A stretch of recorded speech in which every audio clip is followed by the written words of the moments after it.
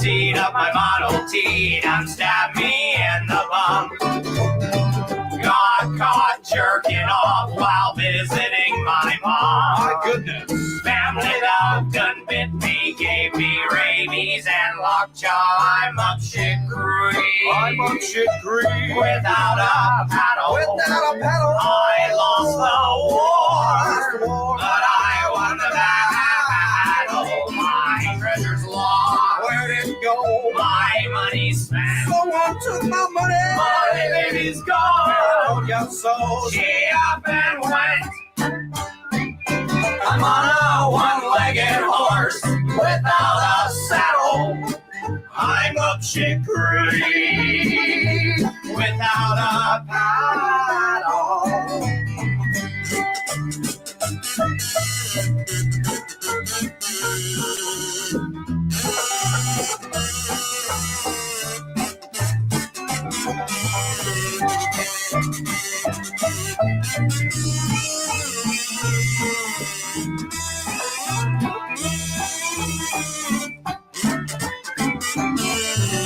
My lady's pregnant, but the baby isn't mine. And pictures of my dad's new girl looking an awful lot like mine. Knives didn't shake and stink, my clothes are torn and old. Spent 6 hours in a bread line, but all I got was mo. I'm up shit creek. I'm up shit creek. Without a paddle. Without a paddle. I lost the war. But I won the battle. My treasure's lost. Where did it go? My money's spent. Who the fuck took my money? My baby's gone. Got sold. She up and went. I'm on a one-legged horse without a saddle. I'm up shit creek without a paddle.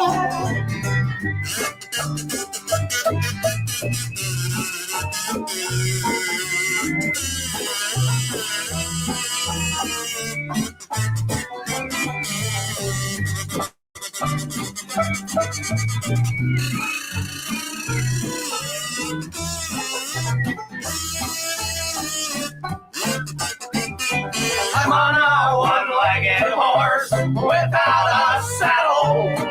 I'm up shit creek without a paddle.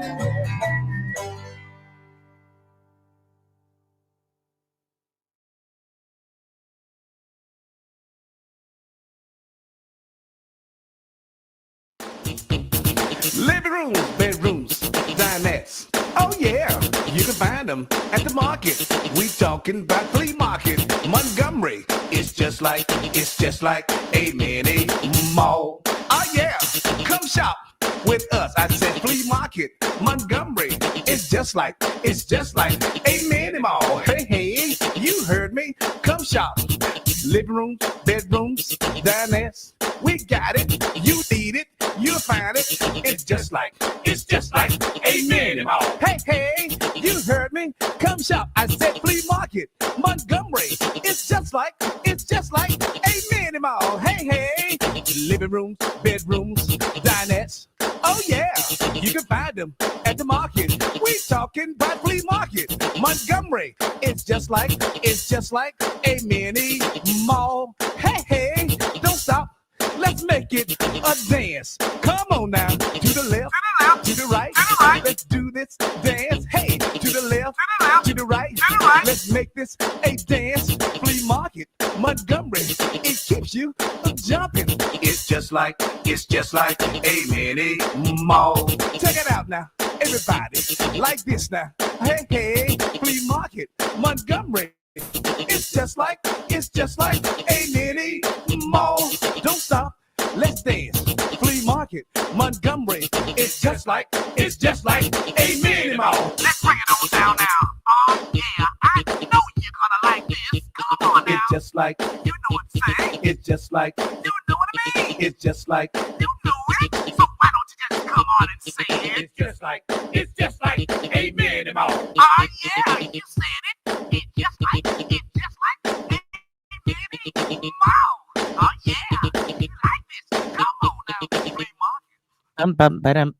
What's up, everybody? How are you doing today?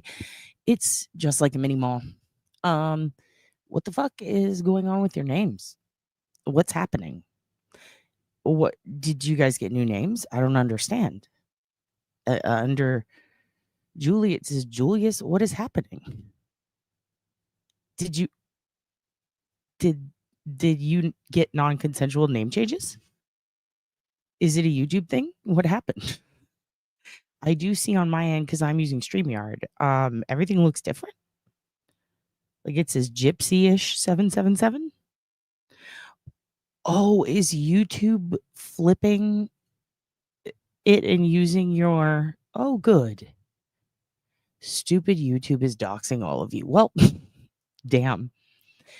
How about this? What if... Should I take the comments down? Okay. And then I can try to, like, blur them out? Will that make you guys feel safer? Just tell me. Because I don't want you guys to... Or you could just not get out of pocket. And then no one's going to come for you. Yeah. No. So you want us... So you want... Okay, full docs. Here you go, guys. I don't know what's going on. I don't know what's going on, but you're all being put on blast today. I guess you're all... I'd love it if you took it. If you block someone, they get... Okay, then I'll take them down today until we figure out what's going on. You guys might have to switch your StreamYard names or something, or your YouTube names in the near future. Infiltration of our nation, yeah. You are all on punishment, absolutely. This is... Oh, I can't even show them now. If I show them, what a conundrum we are in. Oh, for the sake of your protection, I'm going to, I guess, leave them down. And I would encourage you all to write a strongly worded letter to YouTube in the form of an email or a handwritten one if you really want to freak them out. And sign it with your Christian given handle. Or Islam or Buddha or science. I don't know. I don't know what you fucking do. You're just my children. Speaking of children and cults, we're gonna see something kind of cool today. Well, I wouldn't say cool, kind of crazy, kind of weird. I thought it would be fun to do an episode kind of in between a lot of the heavy stuff we've been doing. About, something that I've been kind of talking about for a while. We've dove into a little bit on the channel, but we could go so much deeper. And it has to do with old internet, which is one of my favorite things. Going back in time and finding sneaky little nuggets, digital trails, things that can help you, especially if you're looking at cold cases. You ever seen where somebody says, like, oh my God, remember when the killer bragged in this forum? And you're like, where? Link me. And then the link doesn't work. And you're like, blast it. That would have been crazy to be able to see. I wonder what he said. Well, there's many places on the internet that will preserve that for you. There are a lot, and I mean a lot of people who have done horrible things in the world, who have really just spilled their guts online.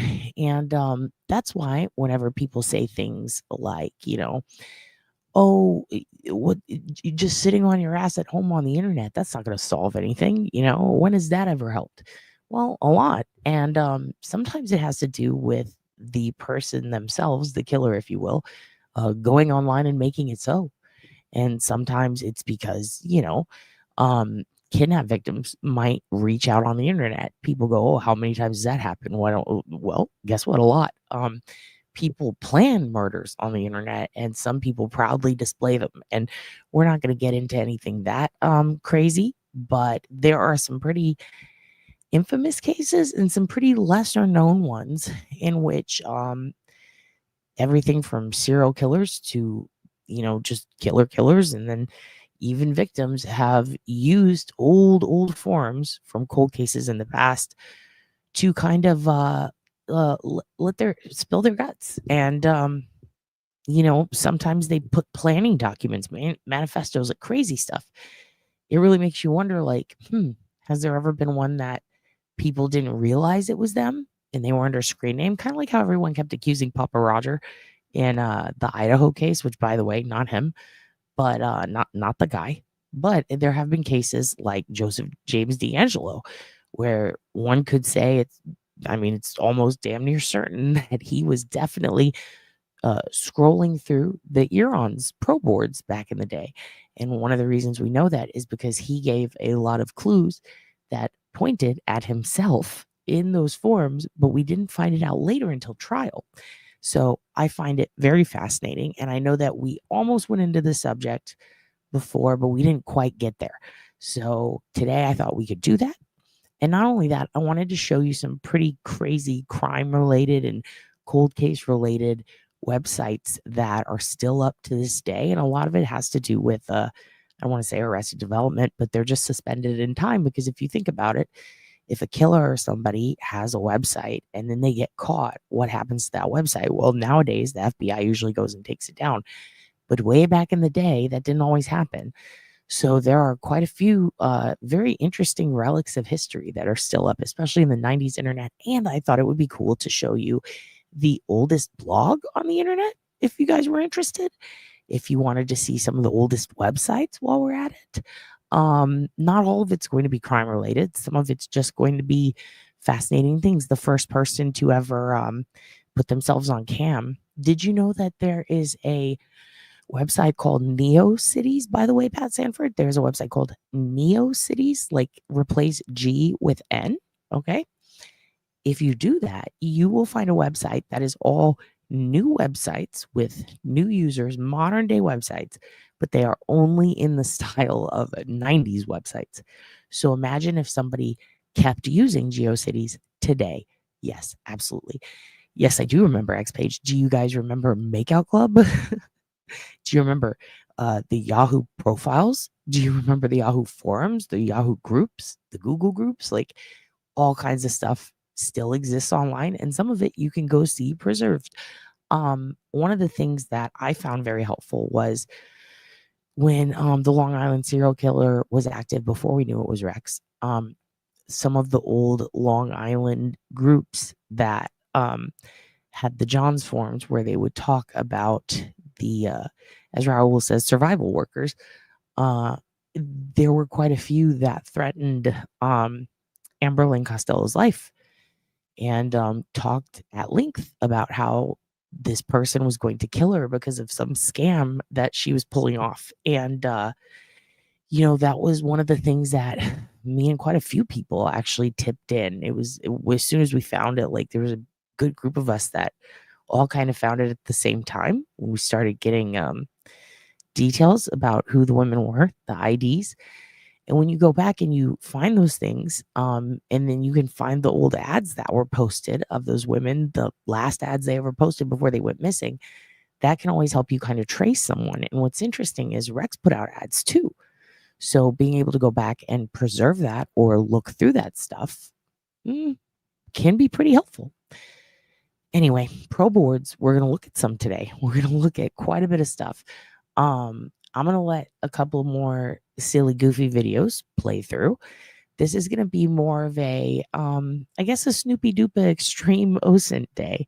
We're not going to go too long, probably about 2 hours, but we are going to see a lot of examples of everything I just talked about. We're going to deep dive a couple of really old but kind of cool websites. And we're going to just, discuss it, take looks at it, and see if any of you guys remember any of the shit. All right. You guys have a good one. Let's go ahead and let Montgomery Flea Market guy finish. I still can't believe you guys got a cameo from him. That is extreme. That is extreme. I really want to post y'all stuff, but I don't want it to show your names. Also, I don't even want to say it because I don't want 2581. You see who you are. 2581. I sent you an email today. Let me know if what I sent you is helpful and correct. And yes, I can teach you how to block IP addresses. Actually, if you want to send me, you could just look up IP blocker and just pull up apps for that. You could also just get a VPN. Just get a VPN. Get Express. It's not that bad. It's actually pretty dope. That's one of the ones that I tried out when I was testing them all. Okay, well, let's go ahead and get on with the sillies, and then I'm going to show you some crazy stuff. Some of it is going to be a little sad, but some of it is going to be just kind of, wow, mind-blowing that this stuff existed. All right, here we go.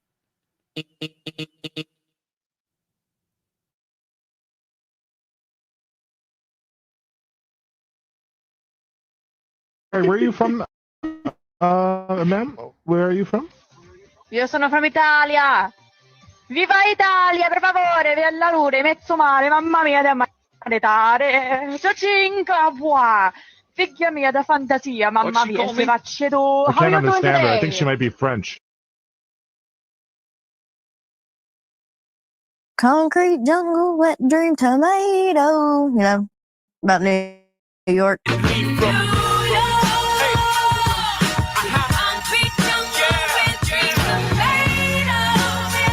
I like old rap though. I don't listen to much new rap. What's old to you, old rap? To me, it's Let's see. Jay-Z and Tupac. No? You've heard of Jay-Z. Yeah, and Tupac. I've heard of both of them. I just Oh. don't listen to them like that.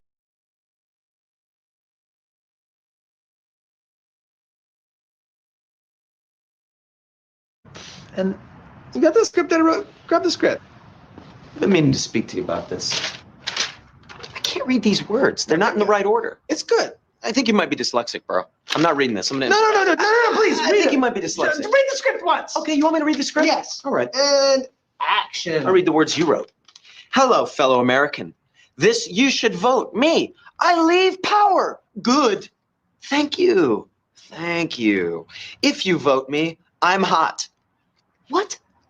Taxes. They'll be lower. Son. The Democratic vote for me is right thing to do, Philadelphia. So do. This doesn't make any sense. All right, well then just say whatever you want.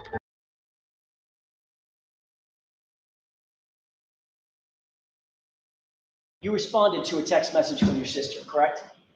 And your response was, hopefully she kills herself, correct? Yes. God, that's your sister. I did text that. I don't know if it's in the exact context. Yeah. You know what? Just move past it. Tell the story, please. Your figures of speech include the following. She's a bitch, Yes. a whack job, correct? Yes. A retard, right?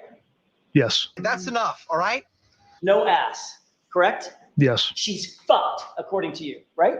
Yes. Jesus, man.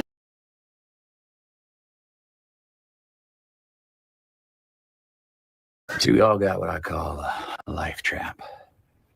A gene deep certainty that things will be different. That you'll move to another city and meet the people that'll be the friends for the rest of your life. That you'll fall in love and be fulfilled. Fucking fulfillment. And closure. Where the fuck those two fucking empty jars to hold this shitstorm. Like nothing's ever fulfilled. Until the very end. And closure. No, nothing is ever over. There's such a desperate sense of entitlement, isn't it? I'm not a phone expert, so I don't know. I can't read. 9-year-old Tokyo pimp Brian Albert Jr. is back with an all-new hotspot that answers the question. Well? This place, the Waterfall Bar and Grill, has everything. Geeks, Sherpas, a Jamaican nurse wearing a shower cap. Bukkake? PB and jelly sandwiches. Sneezing. Energy forces. A Russian man on a prepaid cell phone. Guys with afros. And look over there in the corner. Is that Mick Jagger? An albino that looks like Susan Powder. Germs. Germs? German Smurfs. Of course. And just when you think the fun is over, knock, knock, who's there? It's Black George Washington. And anyone can get in. There's no password. At the door, just do the Cosby face. The Cosby face? Yeah. If you want fun, then listen to this. Nightlife designer Tranny Griffith is back with an all-new club that answers the question. This is funny, Ms. Reed? And inside, it's just sick. Ice sculptures, winos. You'll see twinks, gypsies, puppets in disguise, a Teddy Ruxpin wearing mascara. Human squatty potties. It's that thing of when you sit on the toilet. Giant 300-pound baby, and he spins records with his little ravioli hands. Based on the novel Push by Sapphire. If that's not enough for you, you can hit the dance floor with a human fanny pack. Inspired by true events. If you're well-to-do and you just gotta hunt humans. No. If you're looking to just get murdered. If you're drunk and handsome, doing cheap coke off your laundry card. If you're Irish or just white and violent, I know just the place for you. Built in the upside-down world, the Spy Curious Beach Party is the creation of Brian Albert Jr. This place has everything. Charts, graphs, PowerPoint. A guy who still thinks Jamba Juice is good for you. You want culture and you want it now, I've got the place for you. This hate speech haven is a creation of decorated dudes located in back out front, but in front of Asian House. As you walk in, you'll be handed a glass of champagne, or is it piss? This place is going to have everything: ghosts, ghouls, goblins, little grab ass, my son, a woman with nowhere to turn. A wise old turtle, and you'll have your own When Harry Met Sally moment when you share a special kiss with Gizblo, the coked up gremlin. They've got a special display of Jewish fireworks. What are Jewish fireworks? For the kids, there's a special workshop where you could build a bear, but not the kind you think. It's like a bear hug or something. So come by this weekend and check out a VIP section filled with turtlenecks. Oh, sorry, do you mean turtlenecks? No. Turtlenecks, it's a thing when like fat guys have a beard, but only on their chin roll. But Stefan, for people who want culture, like regular culture, like theater, where can they go? For that, try blindfolded theater group Shakespeare in the Dark. This year, they're performing the Scottish play. Macbeth? No, Jackbeth. Okay. And don't worry about security because it's guarded by an army of hobo cops. There. Okay. That's good. Let me pause it. Let me stop sharing. Let me stop sharing. Let me stop sharing. Sorry, YouTube is acting funky today. Like super funky. I do not know what's going on. It keeps giving me guff. It keeps switching my settings. So I have this other playlist open for you guys, and it just keeps slowing down and speeding up, if that makes sense, and then changing it to 1080p instead of 720, which I should have it at 1080, but my internet is still not strong. It is not strong, everybody. Okay. Here's what I got for you. All right. I'm going to show you. Hold on. That's not... that playlist isn't right. Give me 1 second. What happened to...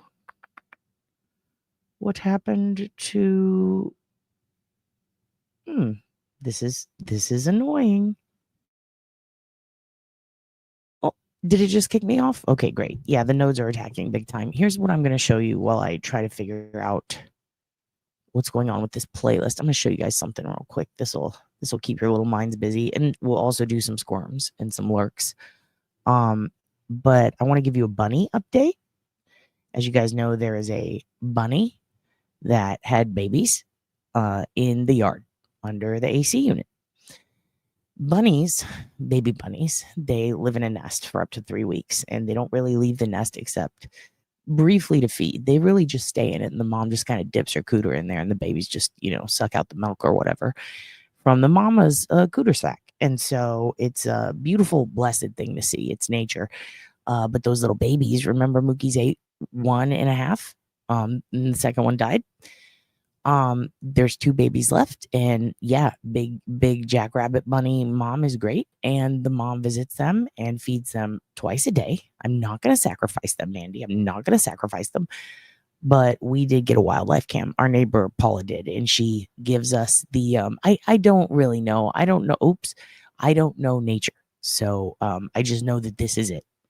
I don't know where they're getting the milk from. Maybe the tail, I don't know. But you can see it because I'm going to show it to you.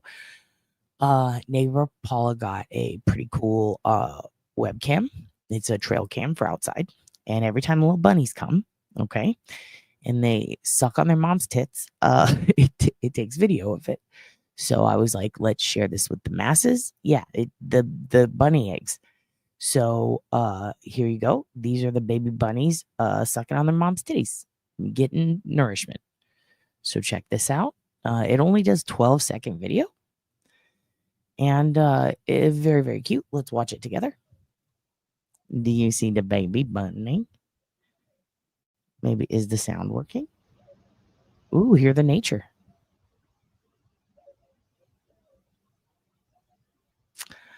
Aren't they precious? Right, little bitty babies.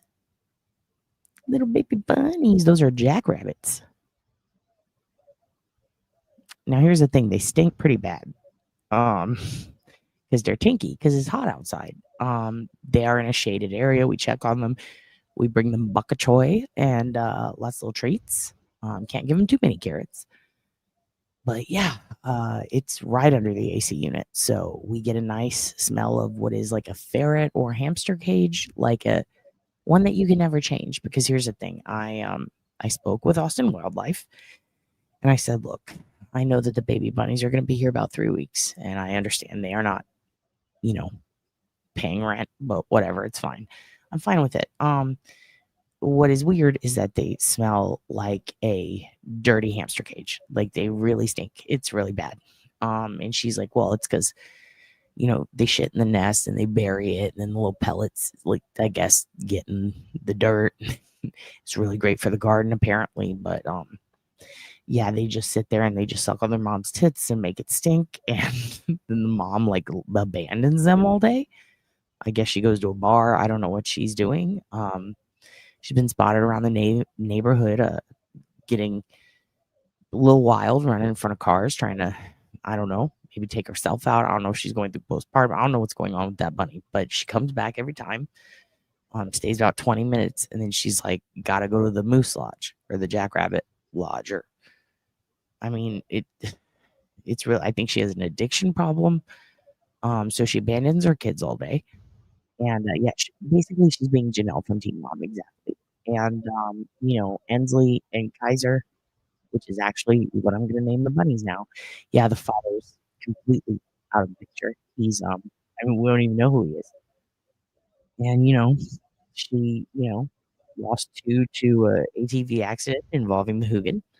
Kifa. I'll call that bunny Kifa, and then that's Ensley and Kaiser. So, because one does look like a little roll. The one on the left is very fat. He's very greedy. The little one sleeps under the bigger one. So, yeah, she's always fucking gone. She's just like, bye, bitch, and then she leaves. And then I have to babysit them. And Paula, like, we just have to check on this bitch's babies. We don't even know who she is. She's a total stranger. And we're like, okay, I guess since you abandon your babies under my AC. But then the babies are like shitting themselves, and it's like, no, that's what babies do. And it's like, okay, so I'm not allowed to touch them. You're not supposed to. You're just supposed to let them just, play in their hole and shit themselves. I guess like normal kids. I don't know. And then, just I'm supposed to abandon them too, I guess. And Hugin can't go near them. So then when the AC blows, it just blows that smell right into the kitchen. So it's pretty cool. I was making pork chops late last night because I'm on that flippy flop schedule, but I'm trying to get back to a normal schedule, which is why I'm up today, because I have some comedy shows coming up this weekend. So I have to flip flop that shit. But I tell you, it's really hard to shake and bake and smell that smell right in your face. But fuck me, right? Because she's gotta get pregnant, go to the bar, and just leave her kids right there. So they're cute to look at, though. So I'm like, okay, fine. But it really stinks. And, I was told I can do nothing. I can do nothing. No, not supposed to, Mitty. Not supposed to fuck up the nest. Can't move the nest. Just gotta just watch like a voyeur at this point. But look at them go. They're thriving. They're very, very cute. And I love them. And those are my sons. And she's gonna leave them. So they'll meet mine soon. Which I guess would make me Kifa. She'd be, you know what Jackrabbit Janelle. That's her name. Janelle. That's Ensley and Kaiser. So yeah, it's an aroma of piss. It's beautiful. Hey, it's nothing I'm not used to. Also, Mitty and Mia, I guess, are the only ones in Mansera who have their names back. Is everybody still okay? You all still have the wrong names. Great, YouTube. Do we know the baby bun's date of birth? 2 weeks ago, I believe. So we have another week of them being cute as fuck in the garden. So I'm very excited about that. But yeah, they come back twice a day, in the morning around 9 and at night around 10. And what's interesting is it has stayed, Janelle only comes back literally in that hour. Like it's never before or after. And it's like, wow, like bunnies have a really good internal, for being a wild teen mom, Janelle has a pretty good internal clock. So there's that. Hello, YouTube bad actors. I would, but copyright. Okay. Yeah, breeding like a rabbit, just like Janelle. Just out there fucking everyone, while her kids are at home in a hole. So out in the woods in a small hick town. There you go. So yeah, that's what's going on in my garden, and my AC is like right there, right where, like, if you look in the top left corner, it is right above that. So it goes right up there into that. So that's cool and that's fun and that's good for me. Okay. So that's what's going on. Let me stop sharing this. So here's the thing. The Liver King is running amok in my town. Also, I love this news story for our newscasters and newscasters in general, because it forces them to call this fucking definitely wildly strung out hobo guy the Liver King. And I don't know why it's funny to me, but like, I will never call someone the king of anything. And they're like, oh, the Liver King. Like, I guess the Spleen King. I could go by that Gallbladder Queen. All of it just feels so stupid. Hello, Satan. I don't know if you noticed. I'm anybody who's just popping in right now, a little late in the game. All your usernames are doxing you because of YouTube. So write them a strongly worded handwritten letter, lick it, put a stamp on it, and send it to them to freak them out. It would be funny. Social media influencer Liver King is behind bars tonight after allegedly threatening podcast host. Hold up. Where are your sleeves, ma'am? What is happening here? I don't know that I've ever seen a sport coat with no sleeves before. This is a strange look. Social media influencer Liver King is behind bars tonight after allegedly threatening podcast host Joe Rogan. Austin police arrested 47-year-old Brian Johnson at the Four Seasons Hotel yesterday evening. And as you can see, the first notification that you're dealing with an unstable guy is when he's crawling around the floor like a fucking mongoose. He is creeping like an animal. Also, do you see what I mean? Look at that dilated pupil, and then look at that pin thin one. What's his A1C? Do we know his A1C? It's a sleeveless blazer. Let's go back. I have so many questions. Yes, his beard is dreaded with a mat of filth and likely some sort of I shouldn't highlight y'all shit. Sorry. What is happening? It's filth. It's stickiness from outside. Also, I can show yours. Yours doesn't dox you. Nanny, hello. I have a lot of swatches to send you of fabric that was unloaded upon me that I think you will like. So I will be sending that to you. Against your will. Cami Quinoa, welcome. Jason, welcome back. You've been at the vineyard. Have you been at the vineyard with Mother Bunny? Because that whore, for those of you who missed it, let me have an ADD moment.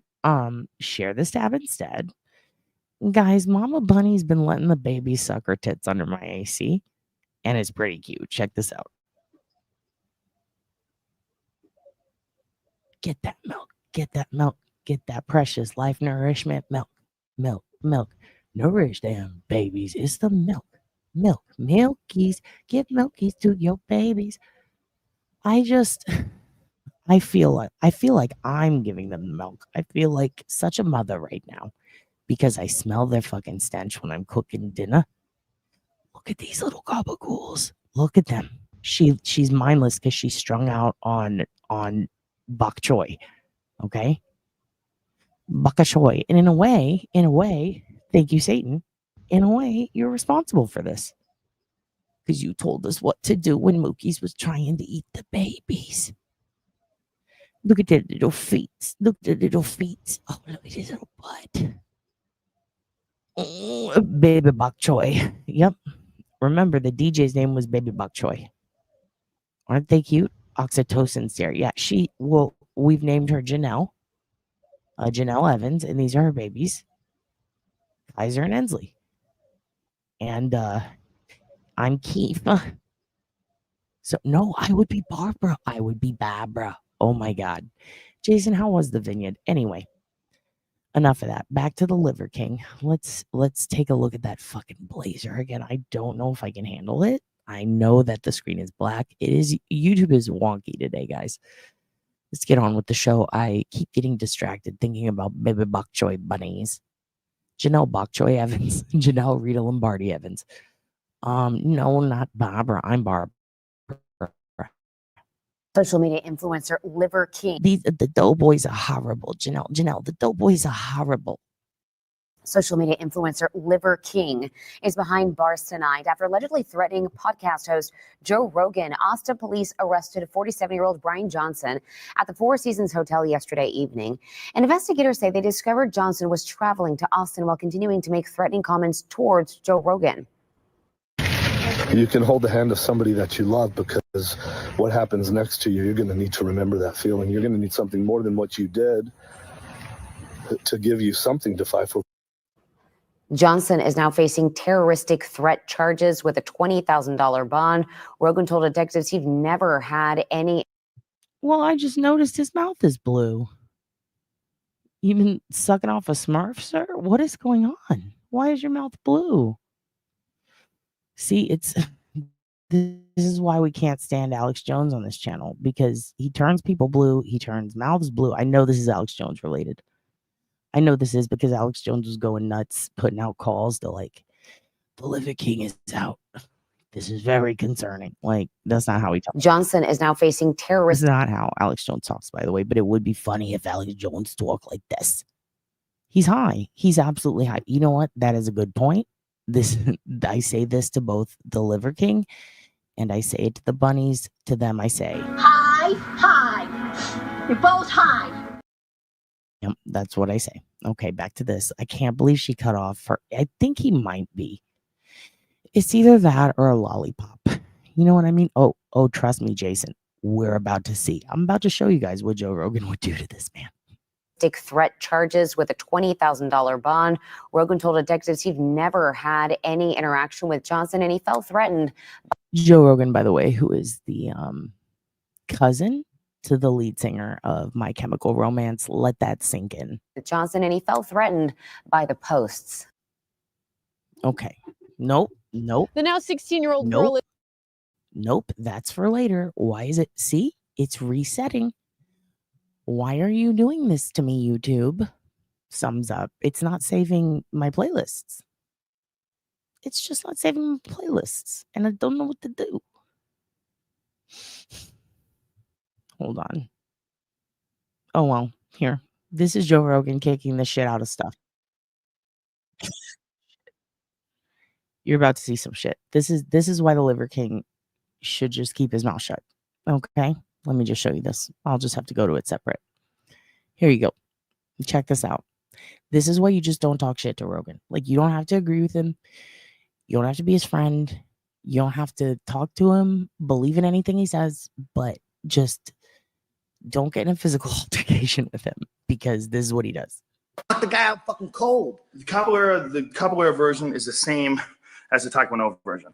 The difference is like the difference between hooks. Like, some people throw a hook like this, and some people throw a hook like this. This and this is like the difference between the capoeira. It's basically the same thing. You're spinning and hitting the guy with the heel. Now, you can do it to the bag, but it's kind of rough on your knees. And really, when I did it to the bag, I would always stiff leg it like this. I would stiff leg it. I didn't want to do it the way I always did it because it puts a lot of pressure on your knees. That's a serious goddamn kick. And there's a tremendous amount of torque in this kick and a tremendous amount of power. It's the most powerful kick, I think. This is what it was. So it's not a spin, it's a turn. And at the end,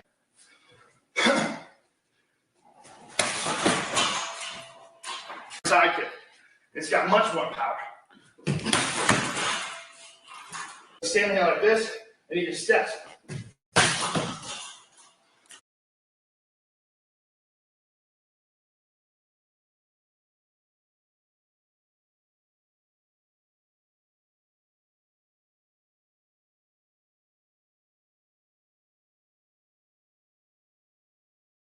Some serious power. That's a lot of.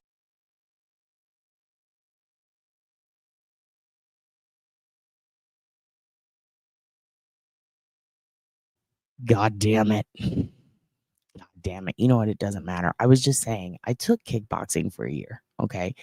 I can't do a quarter of this shit. I can't. There's no fucking way. It's very hard to do what he's doing. To be able to do a spin kick, to be able to hit it that hard, to have that control, like, it's fucking crazy. But also, like, I'm pretty sure it includes the hardest kick at the end, but if it doesn't, we will watch that. It is it's beyond impressive if you knew how small he was. Like, and I'm not saying that to be rude. Like, he's a short dude, and it's really crazy. It's really crazy that anyone can kick this hard, let alone him. Like, he can break a shin in half, no problem. Fucking nuts. A lot of fucking power. A roundhouse kick. It starts out like this, and then as you go up, you turn into a roundhouse kick. And Feitosa is like famous for it, to the point where they call it, the K1 guys call it the Brazilian kick. That's another effective Taekwondo one. So you stand like this, so it comes in like this, and then as it's coming in, it goes over the top like that. So you think it's this, and you know, you go to block like this, and as you do, it comes over the top. Shit, that's a beautiful angle right there. God damn.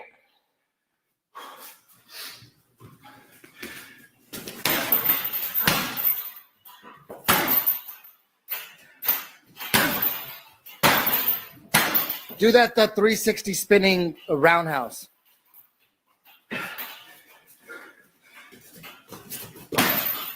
Haha, Jackie Chan, fuck.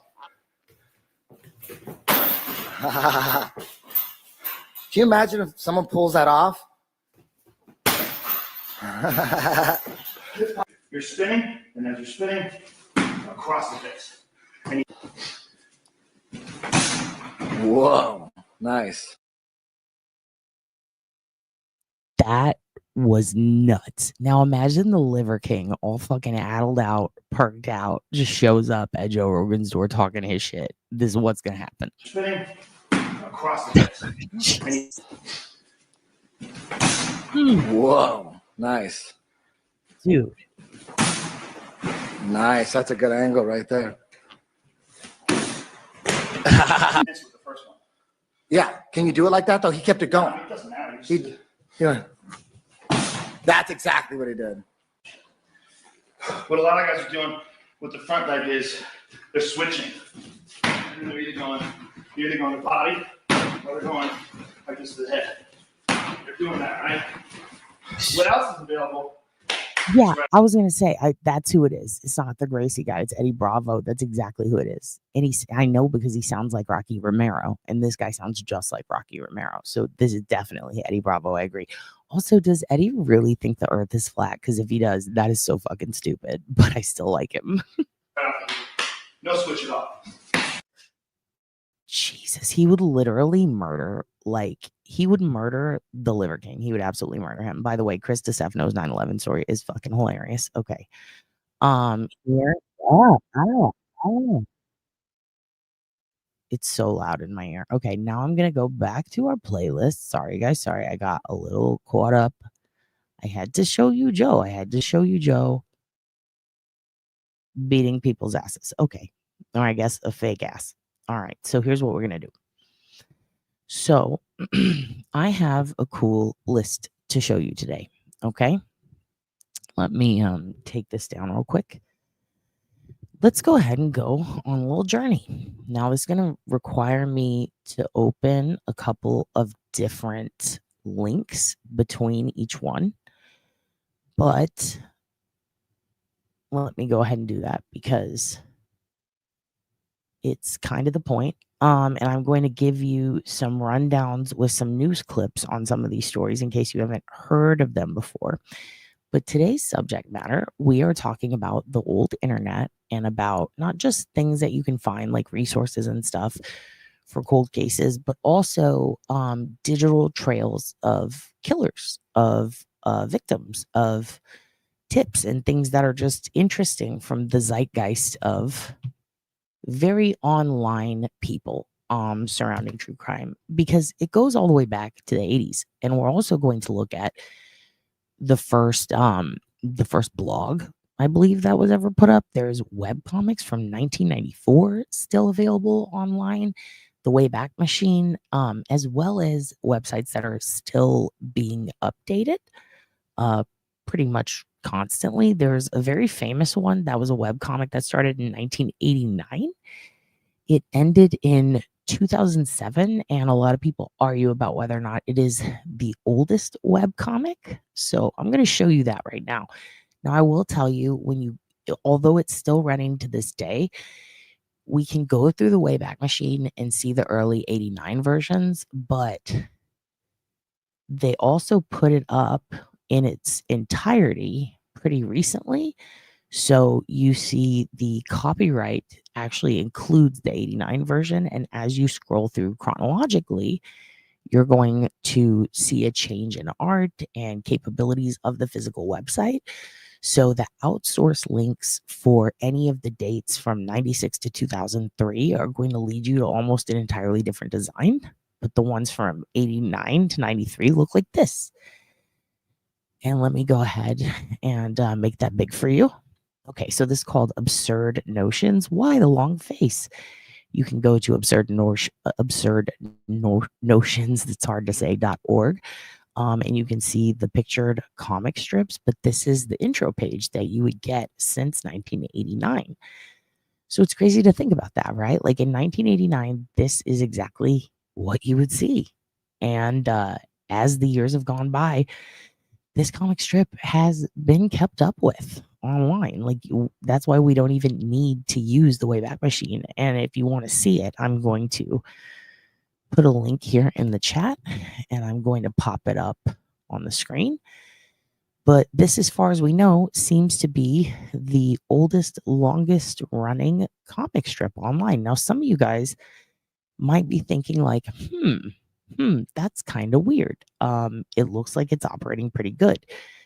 That's because as we see it now, we have all sorts of different capabilities built into our browsers. However, back then, if we were on an older computer, like if we could log into the internet now without using Wi-Fi or 5G, if we plugged it into a LAN dial-up modem and tried to go to it on the oldest computer that we could find, possibly from 89 to 93, any model, then we're going to see that little stamp down there that says mail a serial lane. That's going to go really slow. But because of the modern capabilities of our systems, it looks pretty good right here, but overall, this is how it looks. So that's just pretty neat to think about. You don't have to enjoy the comic strip, but the fact is this is the oldest one. And some people are like, why would you use the internet to look at comic strips when you have videos and stuff? Well, back then we didn't. So this is what you looked at. A lot of stuff before it was chat rooms was, graphic novels and things like that, and people with personal private web profiles. So that's pretty interesting, I think. Let's go ahead and take that down. So that is one of them I want to show you. Now, here's one that's probably going to be a little more familiar. Let me take this down. And I I almost hesitate to link it, but it's pretty easy to find. Some of you guys might recognize this one. I'm going to go ahead and pop it up in the chat there. This is the Heaven's Gate webpage. So, one's in the chat if you know what Heaven's Gate is, or if you remember this, or if you ever went to this webpage, because when Heaven's Gate, the cult, the actual cult, ended up going bye-bye, the website stayed up. So to this day, Heaven's Gate still up because, believe it or not, there are still people out there who cling to this cult. Now, this is a real cult. We fuck around and say we're a cult as a joke, but this is a no shit, totally legit cult. Like, this is the most culty, okay? So, I'm gonna make it big and we're gonna take a look at it, and I will pop this down. But if you want to go check it out, it was, and has always been heavensgate.com, and it will forever be, because when I say they paid for that domain forever, I mean it. They really did. Whether Hail Bop has a companion or not is irrelevant from our perspective. However, its arrival is joyously very significant to us at Heaven's Gate. The joy is that our older member of the evolutionary level above human, the kingdom, blah, blah, blah. You know, this sounds like when Farrah from Teen Mom gets drunk. This is a cult. Okay. This is a cult that was, and Mitty, I thought you were I thought you were saying what I was about to say. I was just like, girl, get out of my head. This is a cult that's too high. You said too legit. Or they weren't. I never thought I'd say this before, but these people might be too high, okay? Which I didn't think was a possibility. But it turns out it is, because boy, are these some graphics. Now, Heaven's Gate was an American new religious movement known for their mass suicides committed by the members in 1997.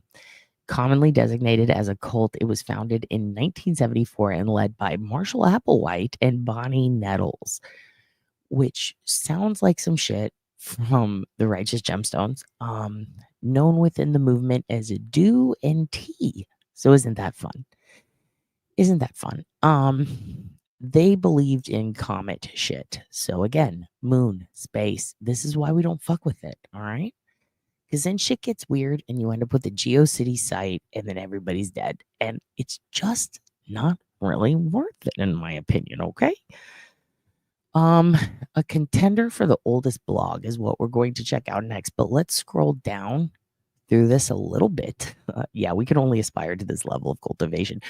We can only get our shit together long enough to get these cool rainbow links and fonts. You know, there's a simple bottom line, it seems. There's a statement by an ET presently incarnate. Of course, why wouldn't there be? There's a last chance to advance beyond human. If you guys have ever wanted to see like what's beyond being a people.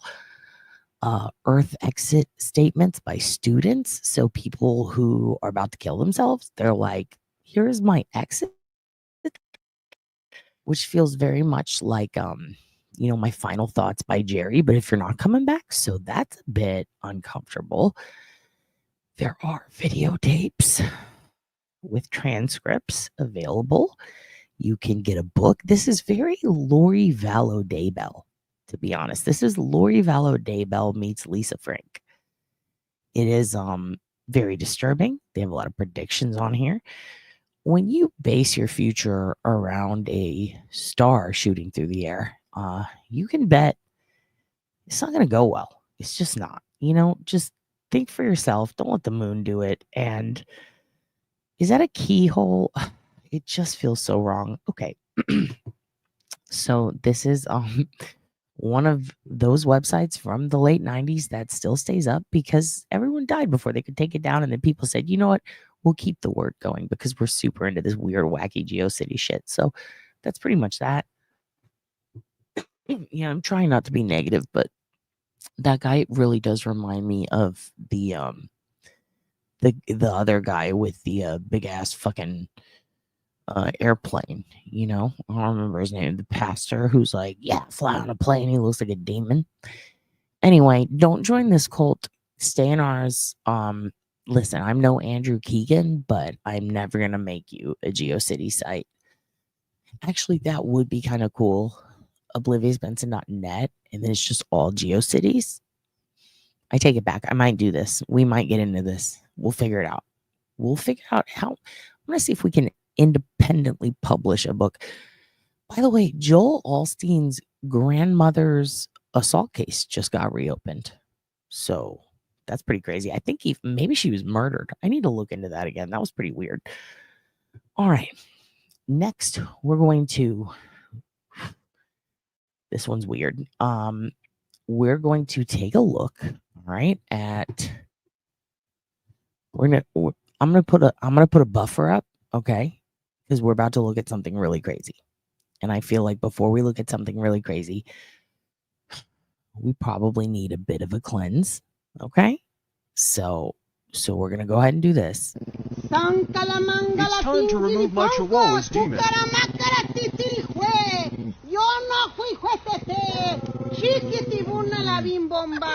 This time is going to work.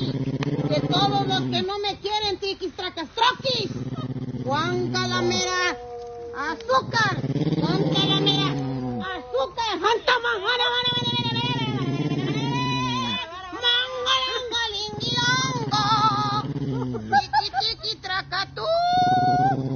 a la víbora de la mar, por aquí pueden pasar, los de adelante corren mucho y los de atrás se quedarán. Hoy mi amor, hasta el perro no te quiere. Ya está hecho el hechizo. Ahora sí. ¡Újule! Listo. Ahorita va a volar.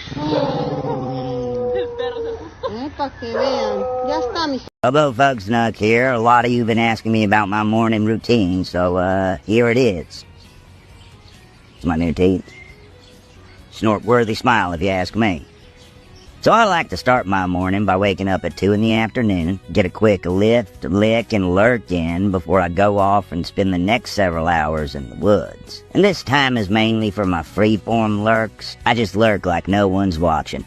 Then I head into town to do some casual creeping. I mean, I'm freaking everyone out because I'm getting in my squirms. But you gotta squirm to stay firm. I forget what I'm doing for the next 3 days and get an office job that I absolutely hate. Spend most of my time hiding in the storage closet, but all my coworkers know I'm in there. The next 26 hours I'm purposefully unconscious. Come to so I can try on some tuxes because I'm getting married. Love to Ragnora. I'll practice my funeral for 30 minutes, at which point I gotta pretend to listen to someone tell me about a dream they had, but I'm really just thinking about what I'm gonna say. Then, and this is important, I'll just wait, eerily, for hours. What am I waiting for? A big heap of nothing. I wait to wait. I'll spend 2 minutes trying to create fire with my mind, giving me just enough time for a last lurk before the day begins. That's the Bobo way.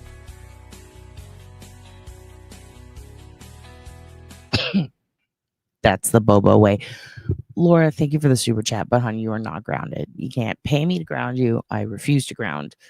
Until next week. We're gonna take a break while we focus on bunnies. Okay, we have 1 week left with my roommates, the bunnies, Janelle and her kids. So Grandma Barbara is going to cherish this time, and I'm not going to ground anyone unless you do something egregious, in which case grounded as fuck. Okay? Okay.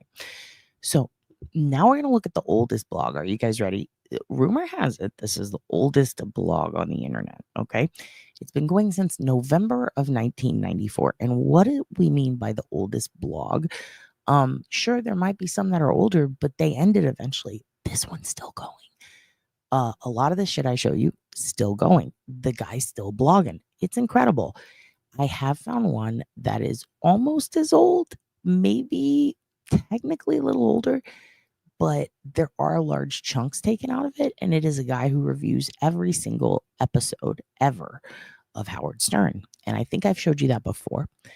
But the other thing with that one is that guy might have even, I believe the deal was he started it later, but he reviewed older episodes. This has legit been going since November 16th through November 30th, 1994. And that is this chunk. And then as you move forward in the URL, which right now it says /1994. Here, let me show you. The cool thing about this is you kind of have to do some searching or some tweaking. Like you literally have to put the URL in, and then you have to switch it to 1995 and then go through and pick it out, and then 1996. And then that's how you access each additional page. It is very, very simple. Let me make it big. And it is called the Daily Illuminator. Now, I don't give a fuck about anything this person is talking about, but I do think it is very, very interesting that there has been a blog that has officially been going on for 30 years nonstop. Very cool. Very cool. And this person goes in, they talk about recreational software advisory councils to rate computer games. It's nerd shit, and I love that for them. And yeah, as you can see, it's just very, very basic. It's called the Daily Illuminator, and people say this is the oldest one. If you want to check it out, it's under SJ Games. The guy's name, I think it's like Steve Jackson or something, and he runs this shit. He just talks about nerd shit that he really likes. Look, Sao Paulo, Brazil. He's talking about, it's just, honestly, it's not my cup of tea, but it's pretty cool that it exists, and I enjoy that. With that said, we will stop that screen now, because now I'm going to show you some other stuff, okay? Now we're going to start talking about some pretty creepy shit. I'm going to go ahead and play you 2 news clips. I mentioned this case before. We're going to get into online killers now. We're going to talk about people who have done too much on the internet and, ended up getting in trouble for being a little crazy. One of those people is a girl named Jasmine Richardson from Medicine Hat, Canada. Now, here, let me take this down. For those of you who don't know who that is, Jasmine Richardson was a young girl from Canada who was really into shit like vampires, okay? She and her boyfriend, Jeremy Steinke, which I hate calling him her boyfriend. I'm not going to say it. Let's go back. Her groomer, a guy who was an adult while she was a child. She was 12 years old. They decided they were in love. Jasmine Richardson and Jeremy Steinke, they had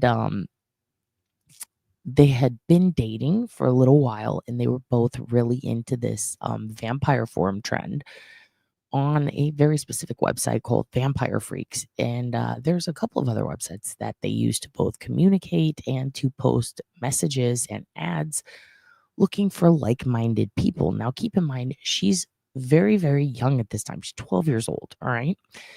She was involved eventually in the murders of her parents and younger brother in 2006 in a town called Medicine Hat with this guy, Jeremy Steinke, who was much older than her. He was 23 years old when she was 12 years old, which is, he's a groomer, He was also apparently, he looked like the guy from Prodigy. Let's just say that. He was, very emotionally immature. And I would think that I'm not going to diagnose her, but in my eyes, I feel like everything that was done was stupid, sloppy, aggressive, too much, obviously unwarranted, disgusting, disturbing. You have to lack empathy to do it. But at the same time, it's like I can't say that she was mature for her age, but she did feel like someone who at the time, based on the evidence, was doing big girl shit. And very brutal in the way she did it. And this Jeremy guy was also very controlling, coercively controlling, getting her into a lot of shit she shouldn't have been involved in, and also grooming her and molesting her, in my opinion. And basically, this is so hard to talk about, this disgusting case. In April of 2006, 12-year-old Jasmine and her 23-year-old boyfriend, Jeremy, planned and carried out the murders of her parents, Mark and Deborah Richardson, and her 8-year-old brother, Jacob, in Medicine Hat, Alberta, Canada. Steinke stabbed the parents while Jasmine killed her younger brother, which is why I have a hard time with this one, because it was so callous what she did, and it was set up by her, and he had everything to do with it as well, and they just are both pieces of shit. Now the problem is she is out now.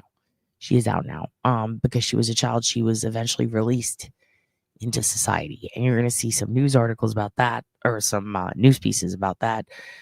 The motive is the murders were reportedly motivated by her parents' disapproval of Jasmine's relationship with Steinke, which led to the couple to plot the killing so they could be together. Now, here's what's crazy about that. She was a what's it called? A Jehovah's Witness, I believe. Which is, I think it was Jehovah's Witness, right? I need to double check. I think it was. I believe that. I think that's what it was.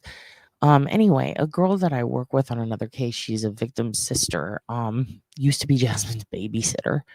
So I think one day we will have her on.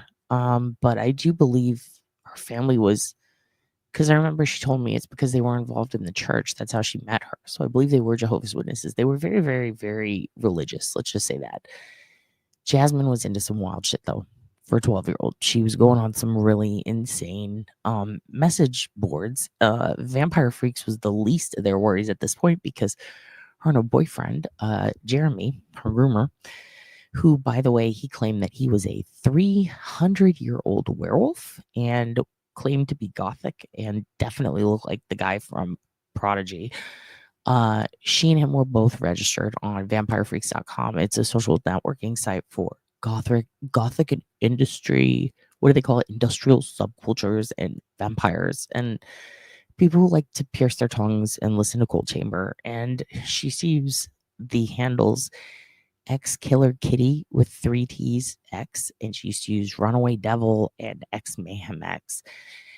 And her and this fucking douchebag, when they killed her little brother and her family, they openly talked about this on these vampire forums leading up to it and bragged about it with other friends who claimed to be vampires.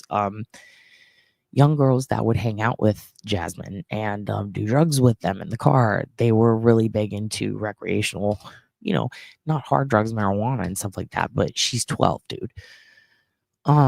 They were found guilty of 3 counts of first-degree murder in 2007 at the age of 13 for Jasmine and 24 for him. She was the youngest person ever convicted of multiple first-degree murder in Canada. And due to her age, she received a maximum sentence under Canada's Youth Criminal Justice Act. 10 years imprisonment is the maximum sentence, including time she had to spend in a psychiatric institution in conditional supervision in the community. Jerry Steinke got 3 counts of first-degree murder and sentenced to life imprisonment with the possibility of parole after 25 years. She was released from custody into the wild in 2016. After serving her sentence, she reportedly underwent rehab and expressed remorse for her actions. Her criminal record was expunged in 2020, and he remains in prison, having legally changed his name to Jackson May. So that's what's up with them. Here's some news articles about it, and then I'm going to show you their Vampire Freaks pages, which are still available and weird, My mouse is going crazy. Okay. So let me pop this on for you. Here we go. And these are really old. These are some of the oldest news pieces that I've seen on YouTube in a while. Like, these are fucking over 16 years old. So, and by the way, some people said that she was in the same place as Carla Homolka for a little while, the kind of exit halfway house. I've tried to confirm that, but because she's a minor who eventually became an adult, there are some things that are still closed off, and because she had her shit expunged, you can't really see where she stayed. But I have seen pictures of someone that looks just like her hanging out with Carla Homolka from when Carla was in prison. So that's pretty crazy. Okay, here we go. Girl is currently in close custody at the Alberta Hospital in Edmonton. In order to begin her reintegration, her treatment team and her lawyers say she needs more exposure to the outside world. We have to appreciate, of course, that she's been in custody for 4 years, and it's a big 4 years given that she's now 16. And so certainly there have been a number of changes, and as the treatment team indicated, she's not in a normal situation, and so she's a very different person now than she was then. Crown Prosecutor Ramona Robbins did express some issues with the report that was given to the court by the treatment team, specifically a part that mentioned the girl was having issues understanding the severity of the murders. We all know she'll be out in the community one day. That's inevitable. And what kind of person is she going to be? What kind of adult is she going to be? So those are the types of questions I have daily, and especially when there's an annual review. If her treatment team decides to plan any trips off of the Alberta Hospital facility, they will need to submit those plans in detail to the Solicitor General, who will then approve the plans, deny the plans, or make amendments to them to assure that there is no risk to the community. I have every confidence in the Solicitor General's department. I work with them every day, and so I have every confidence that whatever risk is presented to the public will be very carefully managed, and no changes will occur without them making sure that the whole community is safe. I think it's going to be beneficial to her in treatment in terms of a gradual reintegration. Instead of doing it in big jumps, it can be a much smoother transition this way. The girls' team says they are continuing to assess her and stress that any reintegration will be done in baby steps, starting with walks around the facility, going into other buildings in the facility before going out into the Edmonton community. The girl herself did appear in court today via closed-circuit television, and when asked if she had anything to add, only said to the judge, "Thank you for the opportunity." Her next court appearance will be in 6 months. Riley Carlson, Chat News.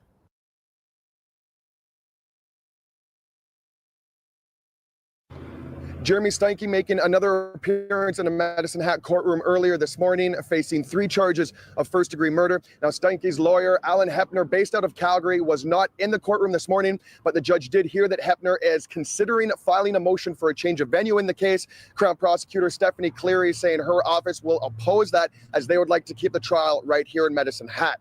Now, about an hour after that original court hearing, Steinke was back in a different courtroom here at the Court of Queen's Bench, facing a new charge. That one is a failure to comply with a lawful order. That one stems from a list of 38 people that Steinke is not allowed to make contact with while he is in custody. Apparently, he broke that and did make contact with one of those people. Both the prosecution and defense saying they weren't ready to move forward on that charge today. The judge, fairly small matter.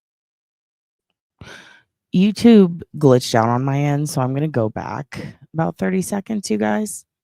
Sorry, it just glitched out. I'm not sure if you missed that part or if it kept playing, but I'm going back. He is in custody. Apparently, he broke that and did make contact with one of those people. Both the prosecution and defense saying they weren't ready to move forward on that charge today.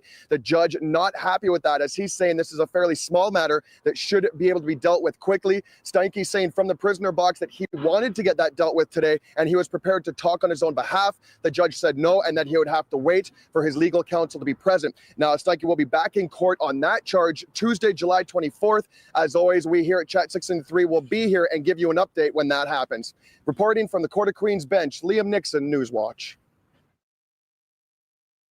Liam, big Liam. All right. So now what we're going to do is I am going to show you the original Vampire Freaks page for one of Jasmine's,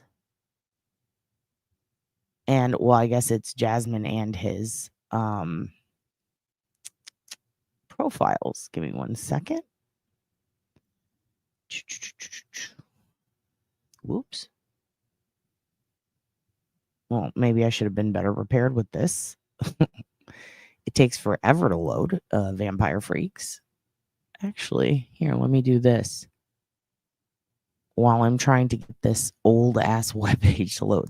That's the unfortunate side of doing older websites, is that it will often take a while to load everything, and then you end up with shit like this you have to watch. Guys, is everything okay? No. I'm just waiting in line. I wanted to catch you as soon as you're available. Oh, okay. I'm gonna go into work now, guys. I'm bringing sexy back. Yeah. Yeah, shake it for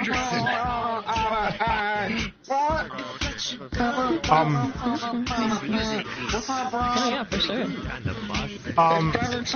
Birthday. I thought. Wait, Frederick said it's your birthday? We're going, we going. He's bringing sexy back. Robert, match the freak. Oh, okay. Is this it? Am I matching the freak?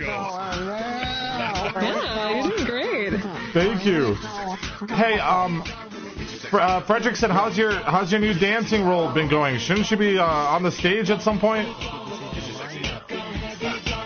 Don't forget about it. All right, I don't pay you to fuck around. Hey, listen, guys. Do you guys mind if I get my own office? You know, I got to do line RP. I hope you like the disco ball we added. There's a pig. Yeah, Where the fuck did you guys get a disco ball? Well, you said no strip club, so we stripped that idea and just made the club. Yes, I know you have a idea. Yeah.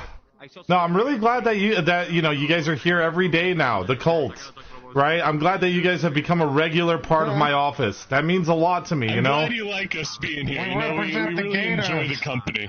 What? We bring it sexy back. Yeah. I like the busing song. Right.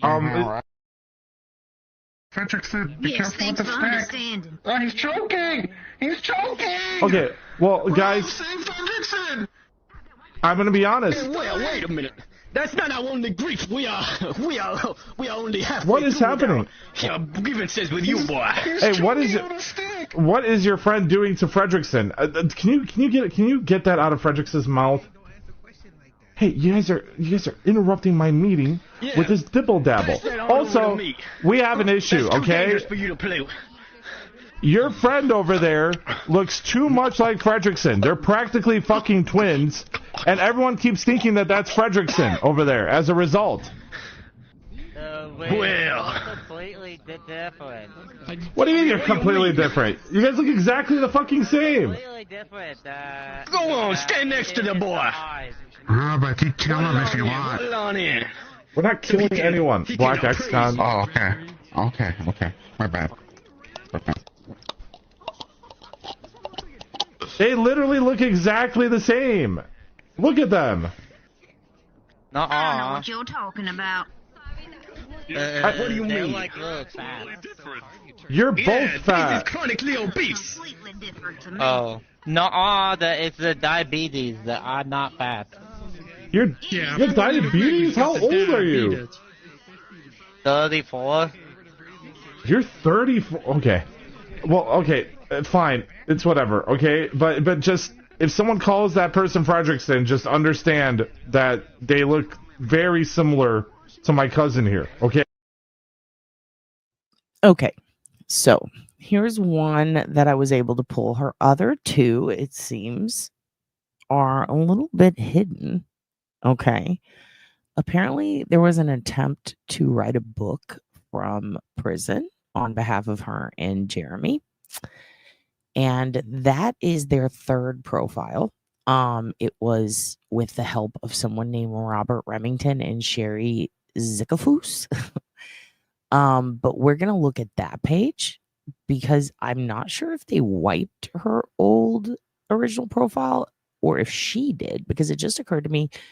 She got out in 2016. She started using, and this is a little internal gossip, there's a Reddit account that did an AMA and essentially was like, I killed my whole family and I went to prison for it and I got out and I was groomed and here's everything that happened to me. And it's exactly Jasmine's story. Now, typically these are people that make up some shit to cosplay and stuff. But a lot of the specifics and the things that she talked about and the way it happened, and the trail of things that this person had been liking before they made this post, it all pretty much led to Jasmine. So people got real snoopy and traced the screen name and found some connections, and it seems that it was her. And she quickly deleted the account. And that was when a lot of people started talking shit to her and being like, yo, bitch, you belong back in jail. And other people highly empathized with her. So what's very odd is that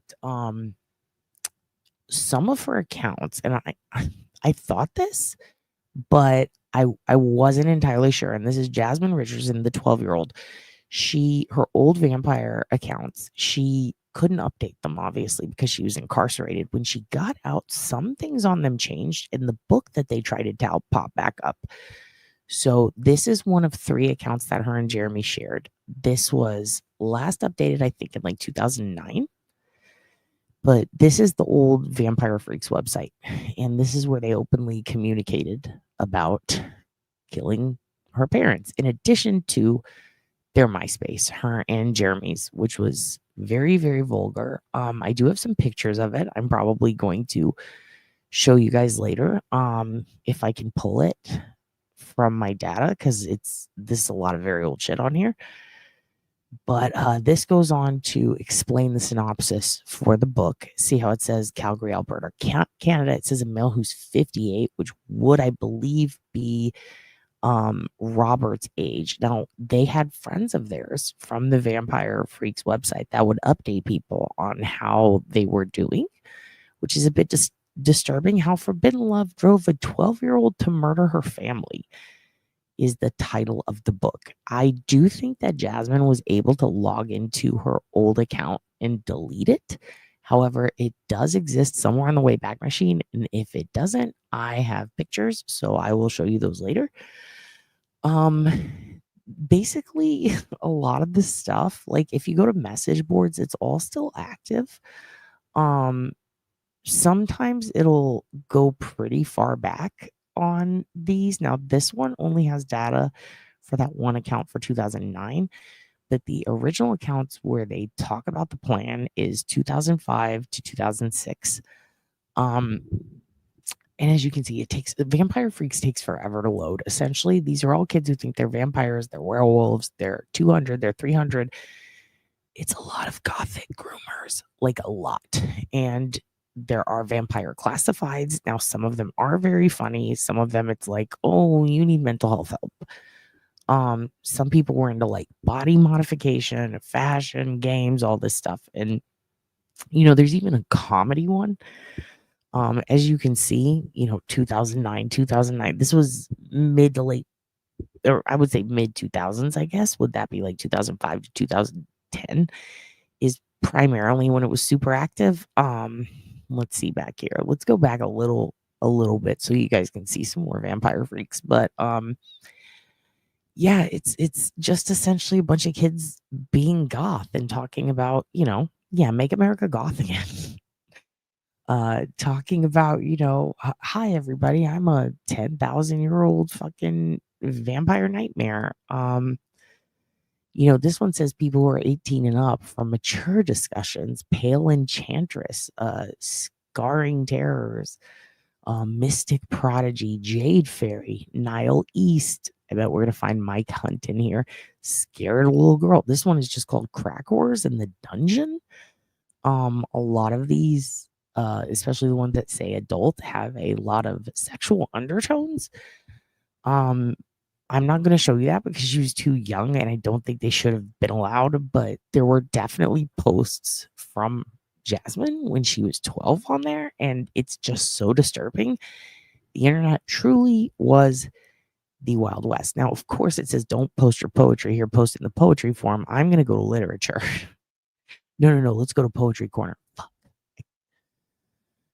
Wish it would load faster. Okay, let's go to poetry. Let's see some goth poetry, okay, guys? And just because. Okay, here we go. Which one should we? These are always so good. Oh, well, that's not a good. Okay, let's see. Why don't you guys pick somebody in the chat? Tell me which one. Butterfly dies? A Butterfly? Is that what that is? Here, let me make it bigger. Somebody tell me which one we're going to click on. Which one are we going to read? Which poem are we going to read today? I'm going to let you decide. There once was an emo named Jack, whose face was formed with a crack. He smiled real big and he looked like Jack Nicholson. And somebody picked something for Dad. I can't fucking rhyme. I'm not Irish. Come on, guys. What are we going to watch? Mistress of Sweet Pain? Mistress is spelled wrong. Mistress? Fuck it. I'm clicking on it. Fuck. They didn't preserve that poem. Okay, let's see. Come and give commentary, please. Okay. No, didn't preserve that. I guess we should just see which one did get preserved. None of them. God damn it. There's got to be a good. Oh, no. That one looks sad. Watch, that's going to be the only one that works. God damn it. Good. 404 not found. Let's try butterfly dies. I have faith in this. Nope. Yeah. I don't know, guys. I really want to watch or see a poem on here. Someone who's a poem and maybe they weren't even aware of it. What's this? We got, nothing. No one preserved their poetry? This is unfortunate. Well, this is just really sad. Come on, Wayback Machine. You got to have something. You got to have a poem. Let me see this. You are Wizard Mastered Prince of Elves? Excellent. It may take a while for larger sites. Yeah, I know, especially the really old ones. Takes a lot. Wayback Machine. That's cool. Okay. So, there once was a poem named Rick. He lived in a town named... Don't know. No, turd. I see where this is going. Okay, look, we're not going to get to any vampire poetry today. All right, let's see if there's something else. Let's take a look at advice. Let's get some advice. Maybe somebody had some advice. There used to be a lot more active links in this, if I remember correctly.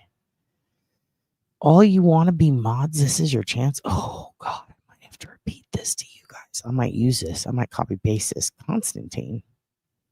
Glitterati. Who's that? I feel like Glitterati might have a cool profile. She's 18. She's from Northern Ireland. I am Sophie of the Glitterati. Think Illuminati without the killing and way more glam. She's 18 and good at hiding my naughty streak. A lover of love and a liver of life. I got my tummy pierced. I'm going to a nightclub someday. It won't be like the venue. I'll have cage dancers and blue lighting. I'm also going to have my own garage, lingerie shop, and sweatshop? No, sweet shop. You're perfectly paid. This doesn't feel like a vampire, ma'am. It feels like you belong on another form. Let's see. Cult advice. Okay. Oh, that one says I smoke crack. Go into that one. I smoke crack. Let's go to that. Don't clip it. Damn it. I smoke crack didn't work. Okay. What about Return of Mr. Fuck? Well, who is Mr. Fuck? Oh, okay. Dry skin? Maybe someone saved.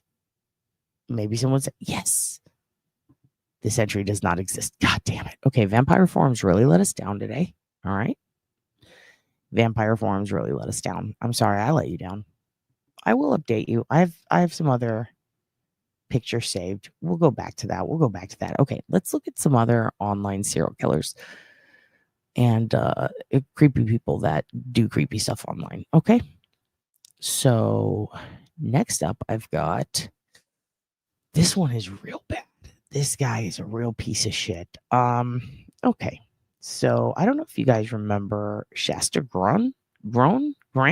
It's kind of hard to say her last name, Shasta Grain. I'll just show you what happened. And she's a little girl who got kidnapped and had to endure quite a bit. Had a horrible situation, was saved by a waitress from her abductor, who is an absolutely crazy person. It was a terrifying story. I'm going to play some of this interview with her. The remarkable thing about Shasta, in my opinion, is that not only did she go missing as a child, she also went missing as an adult twice. Okay. And that was in the last decade. Like, she's gone missing as a mother with kids.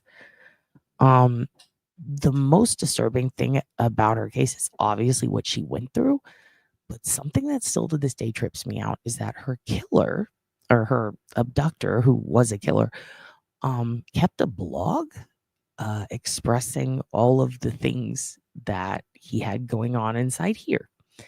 It was called The Fifth Nail, and he even updated it when he went to prison, but he also updated it before he kidnapped Shasta. He put all of his intentions on it, And this is one of those things where if you see something, you say something. Now, the problem is I don't think anyone was really reading his blog ever. So I don't know that many people knew. Now, apparently a couple of people did, and they did make distress calls, but it didn't really do much. He was a repeat offender and a psychopath. I'm going to go ahead and play for you. It's a pretty long video. We're not going to watch all of it, but it's basically Shasta's survivor story, and she is a remarkable young lady. I do believe she has been found. Every time she's gone missing, even as a child. Thankfully, because of the waitress who called it in when she was little, and then as an adult, she was found after the news put out several calls to help her. So here we go. This is her survivor story. We're going to watch a little of this, and I'm going to show you this crazy blog this guy used to keep. And I really wish it would be taken down. I don't know why it's still up, but This is a KTVB News Group special presentation. Shasta Groening, survivor. We have a homicide scene with one adult male, one adult female, and one juvenile male. Our main concern right now are the two children we cannot find. It's a crime the people of Idaho will always remember. In May of 2005, Brenda Groening, her boyfriend Mark McKenzie, and her son Slade were brutally killed in this rural home in North Idaho. The two youngest Groening children, 9-year-old Dylan and 8-year-old Shasta, were kidnapped and sexually assaulted. No one knew they were being held captive in this remote campsite in the Lolo National Forest in Montana. An international Amber Alert was issued for the missing brother and sister. Their father made an agonizing plea. I'd like to address my children's abductors or abductor. Please, please release my children safely. Shasta Groening was just 8 years old when she captured the attention of the local and national media. Investigators say there are still no solid leads in the case. It is back to square one in the search for two Idaho children missing since Monday. Police are following up hundreds of tips in their search for Shasta and Dylan Groening. A little girl, a face no one could forget. Incredibly, 6 weeks later in July, 8-year-old Shasta Groening was spotted here at the Denny's restaurant in Coeur d'Alene with her family's killer, Joseph Duncan. I mentioned something to my buddy Chris, and I said, I think that looks like Shasta a lot. And he's like, I think it does too. And I was like, no, I said, I know for a fact that's her. There's no question in my mind to it. That's her. Hi, Fran. This is Linda, the manager at Denny's. Yes. I've got a little girl here with a tall gentleman, and she looks so much like that Shasta. The joy of Shasta's rescue was followed by the devastating news that her brother, 9-year-old Dylan, had been murdered by Duncan as well. More heartbreak for father Steve Groening. He's very happy his daughter's back. She's safe. He's obviously saddened by what we believe to be the death of Dylan. Count one. The defendant, Joseph Edward Duncan III. Killer Joseph Duncan was tried and sentenced to death, but he's still in the appeals process. Steve Groening has been there every step of the way. Yeah, until they fry him, there won't be any closure anyway. And God willing, I'll be around for that because I'll be sitting front row center, and if I refer, then I'll have even better seats. 10 years have passed, but Shasta Groening is someone the people of Idaho could never forget. She says her release all those years ago was just the beginning of her rocky road to healing. I know it's hard to imagine, but there were thousands of people, hundreds of thousands of people worried about you. Mm-hmm. So how are you today and how are you doing? I feel like I'm doing pretty good. I think that, I do have, bouts where I go through depression. I have PTSD and bipolar disorder. I have a lot of stuff going on in my life, but emotionally, I'm actually doing pretty good for, the things I have been through and where I could be. So you've had a lot of healing. Yeah, I have. Shasta is now 19 and she lives right here in the Treasure Valley. I had the opportunity to spend a few hours with her at her home in Nampa to find out how she's doing 10 years later. And what I found out, and what you're about to see in our next half hour, is that Shasta Groening is strong, resilient, and a true survivor. Can you take us back to when you were discovered at the Denny's? And if you remember anything, you were only 8 years old, but do you remember that feeling of I'm safe? I do remember feeling of I'm safe, but at the same time, it was just, I think I was so focused, well, sad about my family, but so focused on, you know, where are my oldest brothers or where's my dad, and, you know, just stuff like that. What happened? Well, the cop came up to us and he asked me what my name was, and I remember feeling really scared to say anything. I remember looking at Joseph Duncan for like a almost like a permission to answer the question. Yeah, I was just really scared. Did he give you that permission? Well, when I had looked over at him, he kind of like nodded his head, like, yeah, go ahead. Do you think he wanted you to be rescued?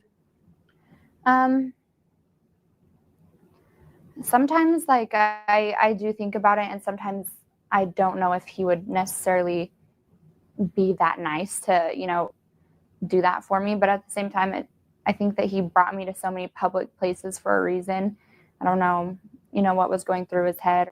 After Shasta Groney was rescued, she remembers talking to investigators about what happened. The night that they had found me, they took me into a back room and I was sitting on a chair and they were just asking me questions, and I would close my eyes and be like, I'm thinking, but I'd really be sleeping. I was super tired and just exhausted, and I didn't even really want to answer the questions. I just wanted to sleep. What were those next few months like with your dad? Did you get the help you needed? Did you see a counselor? Did you get to talk about it? I did. I was seeing a counselor that I really, really loved, but that came to an end when she was telling people outside of our sessions what was going on in the sessions. Oh. So I went to another person, and then after that, I was just kind of like, I'm so tired of talking about it, and I'm so tired of having to relive it. I just wanted to focus mainly on what the rest of my life was going to be. I was a very future-oriented person. I hated looking back on my past. I think that things that happen like that, you can't really forget about them. I think that the images will always be vivid in your mind, or I know that they are in my mind. Are you able to push those memories away? I mean, I could push them away, but a lot of the times I don't really like to push them away because I guess I feel like if I were to push them away, it would be like avoiding, you know, what had happened to me. And I'm one of those people that like to face reality and be like, well, yeah, that did happen to me. It's just a matter of working through it. After her rescue at 8 years old, Shasta went back home to start healing with what was left of her family. But her journey was just beginning, and she had a rough road ahead of her, a road that took her through drug addiction. When I was 14, that was my first time ever doing meth. We'll talk about Shasta's struggle with drugs, how she got help, her recovery, and how she's doing today. So this is the nursery. Yeah. Shasta Groney, survivor. We'll be right back. Okay, so we're going to pause it for a second. All right, I'm going to stop sharing. I'm going to stop sharing that because it goes on and on and on.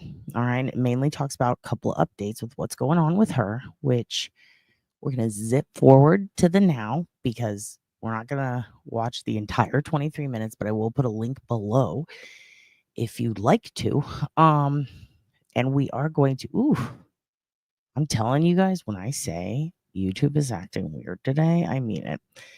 We're going to watch some more recent news stories about this. We do have one really old one I kind of want to throw in there because it's about the trial. And honestly, it's, again, one of the oldest YouTube videos that I've seen on here. It's 16 years old. And right after that, you're going to see Duncan's transfer to California, and you're going to see a witness who helped the waitress, and they're all very short. And then you're going to see the two recent articles on the news, or I should say not articles, interviews on the news and news stories that are essentially saying, hey, she's missing as an adult. So wild that one of the most famous kidnap victims in history who escaped, and unfortunately her sweet brother didn't, but you know, it's her case was one of survival, and she probably had a lot of survivor's guilt even though she did not do anything wrong. She was a child. It's just something that comes with the package of PTSD, and when your brother dies and you're on the run with a psychopath, kind of can't really help stuff like that. She did eventually, after having the kids, seem to have kind of some rough stuff going on in her life, and for good reason, because of the shit she experienced when she was little, I would imagine. But she went missing twice again as an adult. I do believe they found her both times and she's now located and safe, but to go missing 3 times in your lifetime is pretty wild. So, here, I'm gonna let you see some updates. My God, it's so loud. I'll let you see some updates on her and where she's at right now, and then we're going to look at the crazy fucking blog where this guy left so many warning signs. And if you ever see anything like the type of content that you see here today, whether it's old or new, unless it's something that like is famously well known as belonging to a psycho and he's locked in prison, or she, if you see the type of content that we see today and you have no reason to believe this person is not in jail or that they could act on the things that they say, even if they label it fan fiction, if it's something as disturbing as the type of stuff that these creeps write, might be a good time to like tell someone, call it in, report it if you can. The problem back then was not a lot of people read blogs unless they were heavily promoted, and this one that Duncan kept seemed to be kind of like he was openly holding a diary that no one wanted to read, or maybe no one really knew about. And the few people that did, obviously not enough was done in time. So, and I believe it was, this happened in, I believe, 2006, if I'm correct. I've got quite a few on my list, so I need to double check. I think it was 2006. Here, let me let it play. Steve Groney stormed. Oh, Jesus. Super loud. Sorry. It is super loud. I could be getting it mixed up with Jasmine's. It might have been 2000, 2002. Let me check my notes. Give me 1 second. Here you go. Steve Groney stormed out of the courtroom this morning as Judge Edward Lodge warned everyone that federal prosecutors were about to play a very graphic video. During the recess, Groney aggressively asked a number of people to not go in the courtroom if they weren't essential to the court hearing. He then gave a graphic gesture almost as a warning. More than 10 people left the courtroom right before federal prosecutors played 3 graphic videos. Sorry, it was 2005. This happened in 2005, Sandra. Outside the court door, Steve Groney demanded the windows to the court be covered, and they were. Steve was overheard saying he wanted to know the name of every person in the court, adding he wanted everyone who watched the video who was not essential to the court hearing arrested for viewing child pornography. Steve also talked about wanting to make a citizen's arrest. Duncan also objected to the video, saying, quote, "It will be turning the jury into my victims, and I will be tried not by a jury of my peers, but by my victims." Steve also got into a brief argument with a sketch artist who did not go back into the courtroom. Steve later apologized. Reporting in Boise, Annie Bishop, KXLY4 HD News. Convicted child killer Joseph Duncan was moved to Riverside, California today so he can stand trial for allegedly killing 10-year-old Anthony Martinez. Little boy was kidnapped at knife point from a neighbor's home near Riverside in 1997. Duncan had been on death row at a federal prison for the kidnapping, torture, and murder of 9-year-old Dylan Groney. He also faces multiple life sentences for the murder of Dylan's older brother, mother, and her fiancé. Despite those previous convictions, Riverside's prosecutor aims to seek the death penalty in the Martinez case. The woman who worked at that Denny's and helped lead to the arrest of Duncan and a rescue of Shasta tells On Your Side there hasn't been a day in the last 10 years she hasn't thought about the Groney family and the scenario she found herself in when she recognized Shasta sitting at that table in the restaurant. Her little face, what I could see of it. That is an image I will never get out of my mind. There was a little girl who was obviously not happy. Something was wrong.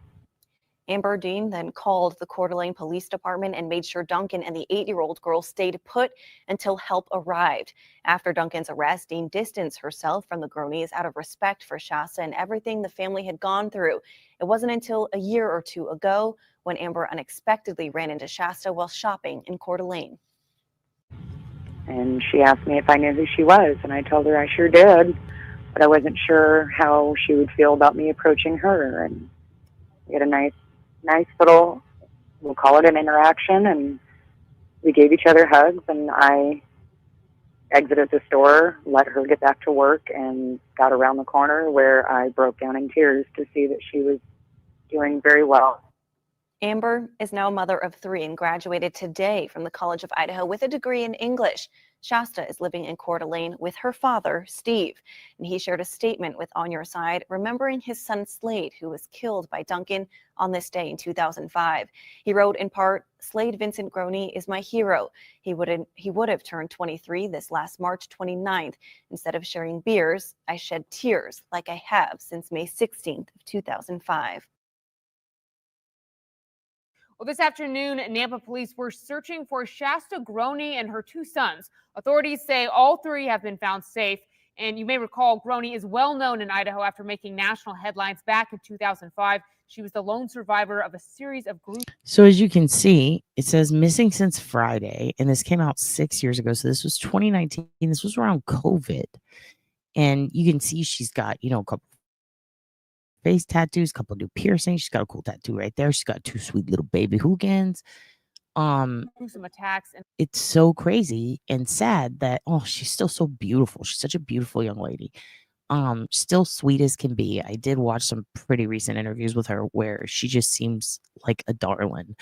It just seems like, she's had struggles. And it's just so wild to me. 3 times, they did not really disclose it.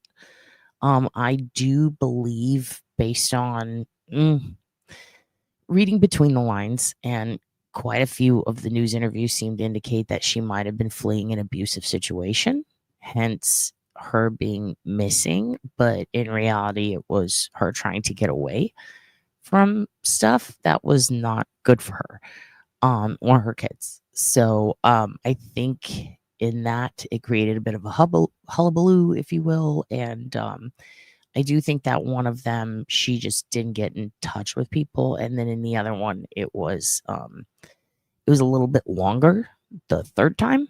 And that was very concerning, but it seemed to be every couple of years. And, it seemed to be related to some personal issues, possibly domestic, if that makes sense. But it's just, very rarely does one person go missing. To go missing 3 times is just, whew.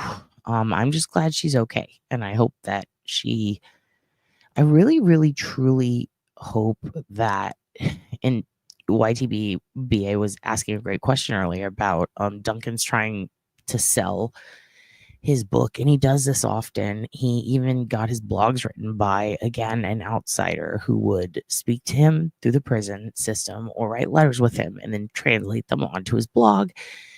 And nowadays, people get iPads like Richard Allen did when he fucking broke his fucking asshole. And even Keegan Klein can text with people. And it's really fucking crazy, but he kept his blog going for a while. I think he is dead. But there's somebody that's still selling the blog. So I do worry that the person profiting off of it is the person who likely helped him continue the blog while he was in prison. But yeah, I'm very curious if that's going towards any victim restitution or if it's just like his homie cashing in. So it's been 4 years, and a lot of this stuff is still up, so it's a little bit concerning. And the thing is, this guy and him I think this guy was trying to ghostwrite for him, if that makes sense. So that they could bypass the law where you can't profit off of your victims. But since he's not Duncan, I think he's pocketing it all. And it's one of those things, like I told you earlier in the chat, it's one of those things, it's kind of what inspired this episode. Was I was looking through a couple of things that I thought were weird. Like, one of them I wanted to include was Melania's escort ad, but I thought that'd be petty. But it is interesting because while there are traces on the Wayback Machine still, she had it taken down, so it's a broken link, even though it's still marked. And I happened to get screenshots of it when it was not a broken link. So I was kind of looking for updates in the last few years on specific websites and things that are sold, and posts and ads and blogs. And, what happens when a killer posts something and then takes it down? It's still preserved. So that's something that I find very interesting. Now, we saw Jasmine took some stuff down. I did actually find her Reddit post. I had it listed in some of my worksheets that I compile for when I'm digging. And I found the AMA that is allegedly her, and I also have his fifth nail exposed confessions, which are post being locked up, and that would be Duncan, who took Shasta the first time. And I also have the ones leading up to the crime and during the crime. So there is a mirror website or a mirror chunk of messages that someone put up so that they are preserved forever. So I see no reason why anyone would have that the need to buy that book. So I'm just glad that someone mirrored it, because that basically takes profits away from a potential killer's buddy, if you will. But we'll figure it out. I want to know where that's going and who's getting who's getting the money for that. I hope it's Shasta. Been found safe. And you may recall, Groney is well known in Idaho after making national headlines back in 2005. She was the lone survivor of a series of gruesome attacks, including the brutal killing of her mother and brother. And once again, all three, her and her two sons, have been found safe. Waitress who recognized Shasta and called police has been following the Duncan case religiously. And tonight, KXLY4 Sally Showman spoke with that waitress, Amber Dean. And Sally, she's been... Okay, now you guys saw Amber Dean talk earlier. The reason I included this is because when I talk to people... Oh, he got life, I believe, Sandra, but he died. But when I tell people about this case, usually this clip you're about to see is the one that they always remember. It's the most memorable one. It went around social media quite a few times, made its rounds. It always goes viral because it's like, who is this bad bitch? I love her. Thank you for saving this little girl. But it's on every compilation list for somebody who, helped solve a kidnapping, while at work. And I love her so much. And I'm so glad she was there to help Shasta. Oh, that poor kid. Under a strict gag order, but now she's finally allowed to react. She was under that gag order because she was on the witness list for this trial. She was never called, but again, she wasn't able to talk. So tonight, for the first time, she reacted, and she says she's not usually one for the death penalty, but in this case, she says it's definitely the right punishment. I think that the death penalty is a perfect end to his already horrible existence. A horrific existence that came to an end inside the Coeur d'Alene Denny's. Amber Dean, a waitress at the time, noticed a strangely familiar little girl eating dinner in the middle of the night, coloring a princess picture. The body language told what she was going through. That poor little girl was slumped down. She wasn't excited about anything. Dean and her manager called police, and after Duncan was arrested, Dean was the first person to hug Shasta. I said, honey, what's your name? She said, Shasta Groney, and she started crying, and I just picked her up. That I remember. Do you remember that? Put a one in the chat if you remember this. I remember the Denny's waitress sitting there. I was in my dorm room watching this, and I remember going, oh shit, that looks like the Denny's here, and being blown away that all Denny's looked alike. What a dupa. Anyway, I'm an idiot, but I remember watching this Denny's waitress talk about, like, I saved this kid, and it just always burned in my brain, and I could not remember the name of the kid. And then one day I just thought, I'm going to Google this because it popped up in a listicle again. And I was like, let me see this shit, like many years ago.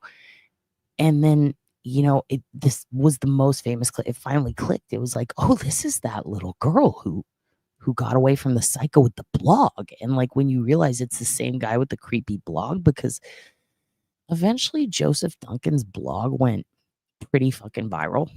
And the thing is, it includes a lot of creepy stuff. So when you get into it and you start reading it, it's like, oh my God, this guy he did so much and he had so many awful fantasies.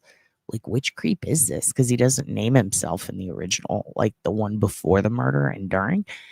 So when this came on and I realized, oh my God, that's the name of the guy, because somebody outed his name on like Reddit or an old forum. And I was just like, oh my God, that's the same guy with the Denny's waitress? Yeah, he called himself Jazz. Ugh. And a lot of people theorized, by the way, remember the serial killer calls Howard Stern? So a bunch of people were like, oh, that was a prison inmate or a guy who was on the run. Like there were all these people theorizing that it could have been Duncan and having to line up the timelines to see if it was him just based on the jazz thing. Because of some of the comments made by the guy who called in Howard Stern. Now it ended up not being the same person, but it's still kind of wild. He basically reminds me of like if Robert Ben Rhodes liked little kids and blogged everything. Like he's the biggest fucking creep. He really is terrifying. Ugh, it's disgusting. Okay, here. Dean was the first person to hug Shasta. I said, honey, what's your name? She said Shasta Groney, and she started crying, and I just picked her up. That I remember every time I give my own daughter a hug. Since recognizing Shasta, she hasn't seen or heard from the little girl, but hopes to talk to her one day. I love her, and I hope that things are starting to work out for her, and that if she ever needs anything, even if it's just somebody to talk to about anything, shopping, hair, it doesn't matter. She was always welcome to call me. As for Dean's life, it's calmed down. One day I was a pregnant Denny's waitress, and the next day it was, here's the spotlight, here you go. The original media frenzy and thank you letters from across the country have died, but Dean hopes people remember one thing from her story. You need to pay attention to your surroundings. Dean has 3 children of her own. She was actually pregnant with the second when she discovered Shasta. And she says along with teaching them their ABCs and their 1, 2, 3s, she's teaching them to be aware of their surroundings. This has truly changed her life. She says she also hopes to change laws and make laws stricter and punishment stricter for sex offenders. In Coeur d'Alene, Sally Showman, KXLY. Okay, so now we're going to stop sharing that. And now I'm going to show you 2 things. This is, and we're not going to look at a lot because it is kind of disturbing. But again, the topic is this essentially. Oh, good. I'm nice and frozen. That's excellent. Now, all these fucking blogs definitely have pop-ups, which again makes videos like this very difficult. But that's because the older you get, the more banners and pop-ups. So that's just how life is with the old internet, okay? So keep in mind this stuff happened in 2005. So we're going to actually look at the mirrored copies from 2005. Give me 1 second while it really does take for freaking ever to get the stuff to load. Okay, here we go. Let me pull this up. All right. Make this nice and big for you. Come on. I don't know if it's freezing me or what, but it's freezing from my end. I hope that you guys are not just staring at nothing. Oh, good. Excellent. Good to know that a serial killer's bullshit blog just fucked up my entire system. Okay, excellent. Excellent. Okay. Again, apologies for all the crazy pop-ups and ads. Blame this guy. All right, let's see. This whole episode is just me mumbling about how the internet won't work good. All right, so this is a fella who made a mirror of all of Joseph Duncan's blogs from that time. I'm going to make it big for you. And in a way, I appreciate that they did it because it basically diverts traffic from this fool, and it also keeps people who view it safer because nobody wants that guy to be out there, you know, getting clicks and views and clout off of this horrific crime. You're right, it's Jet, not Jazz. It's Jet. It's Jet. You're right. I was like, Jazz. Yeah, that's it. It sounds familiar. It was Jet. I thought was it Jet with 2 T's? Okay. So, and as you can see, tons of fucking ads. All right. So this is his Fifth Nail blog. This user went ahead and posted it. The entire blog minus the public comments. Read, but for those who are trying to find a why, it may help. So this is the intro to Joseph Duncan's blog. This is the guy who kidnapped Shasta. According to the myth, gypsies crafted 5 nails for Christ's execution, not 4. The 5th nail is meant to pierce his heart, but the gypsies hid the 5th nail from the Roman soldiers.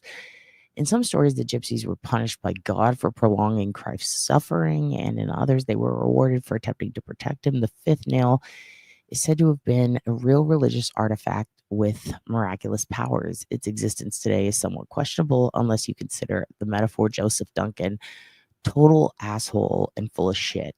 Okay, so we're just gonna see a little bit of this because fuck this guy. Blogging the 5th nail. All right, still confused. And one thing that I think, here's the benefit of having this available.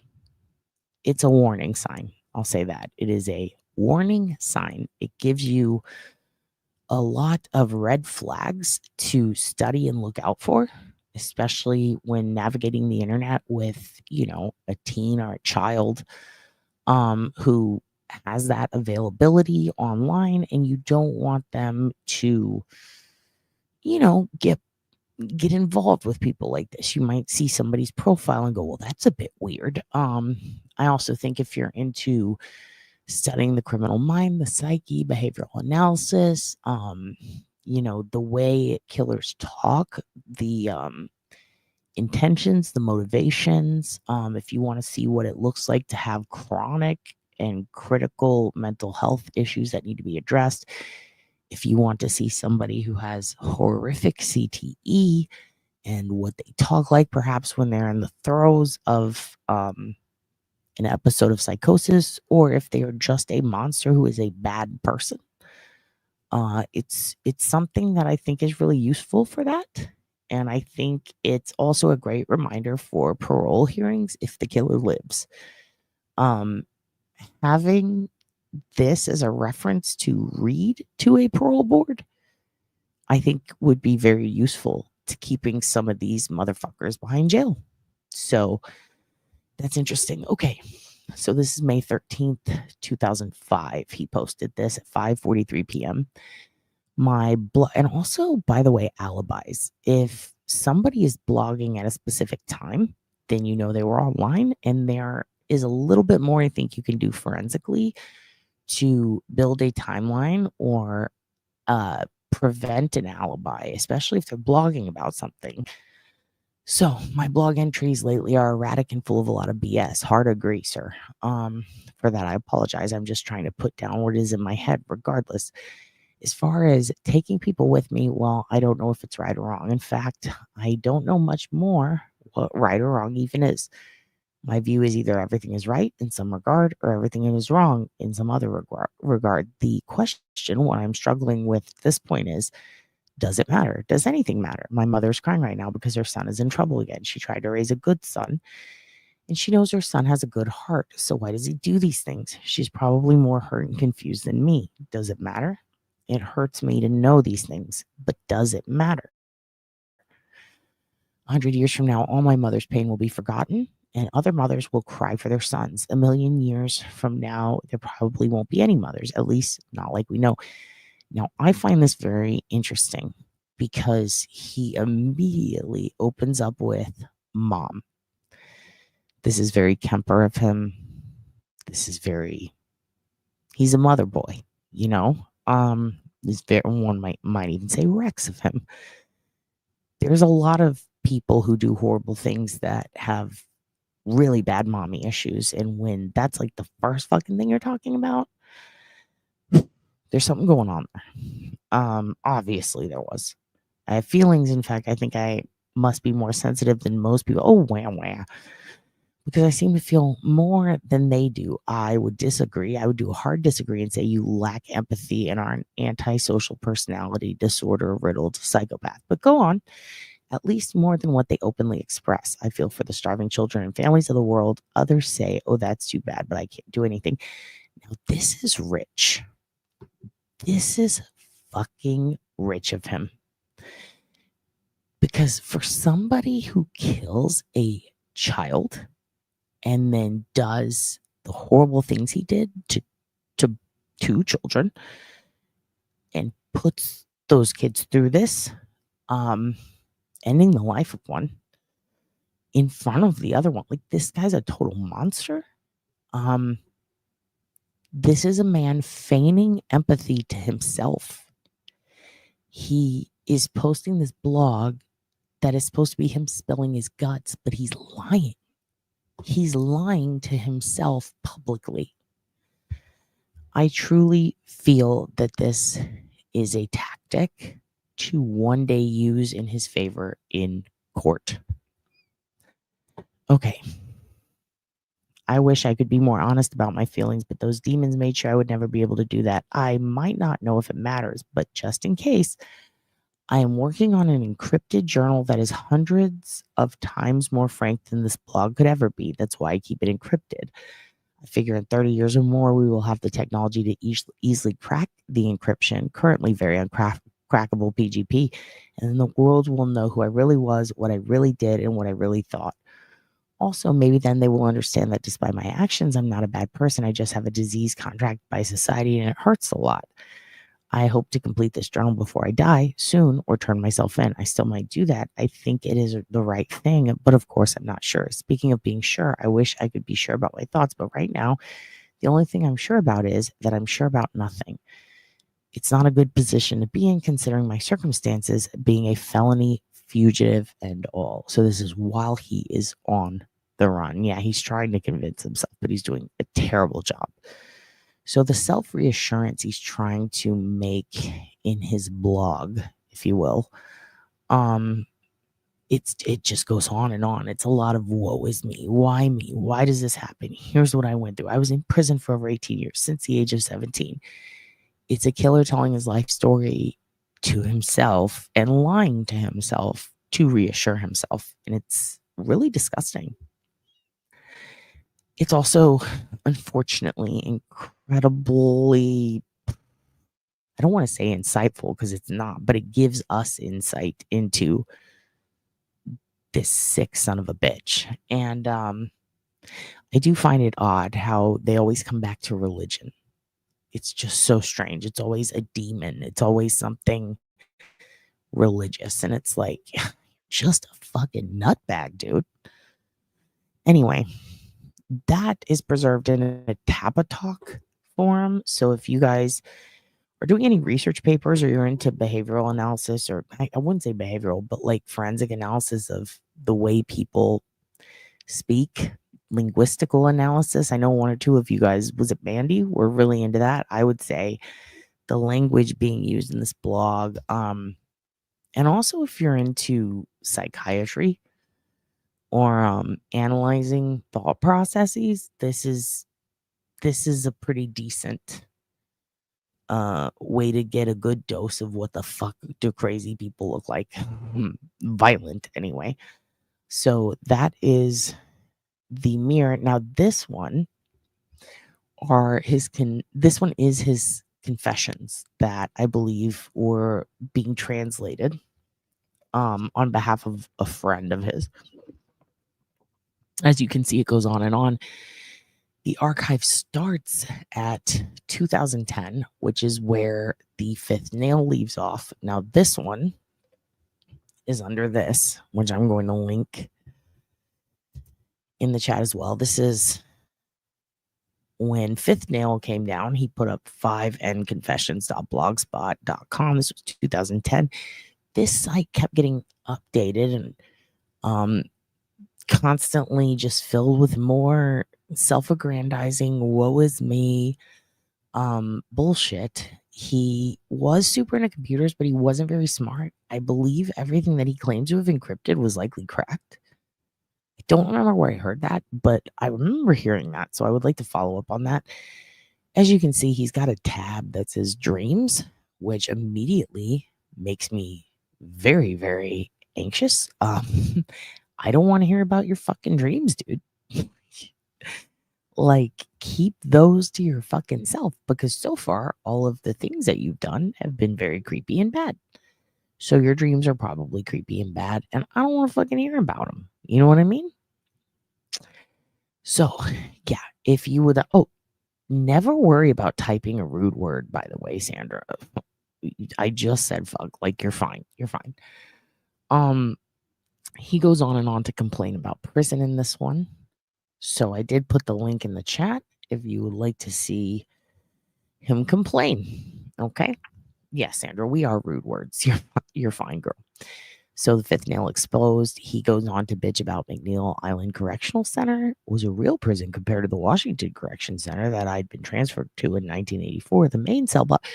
So if you want to see some inmate cheese made, this could be very useful for that.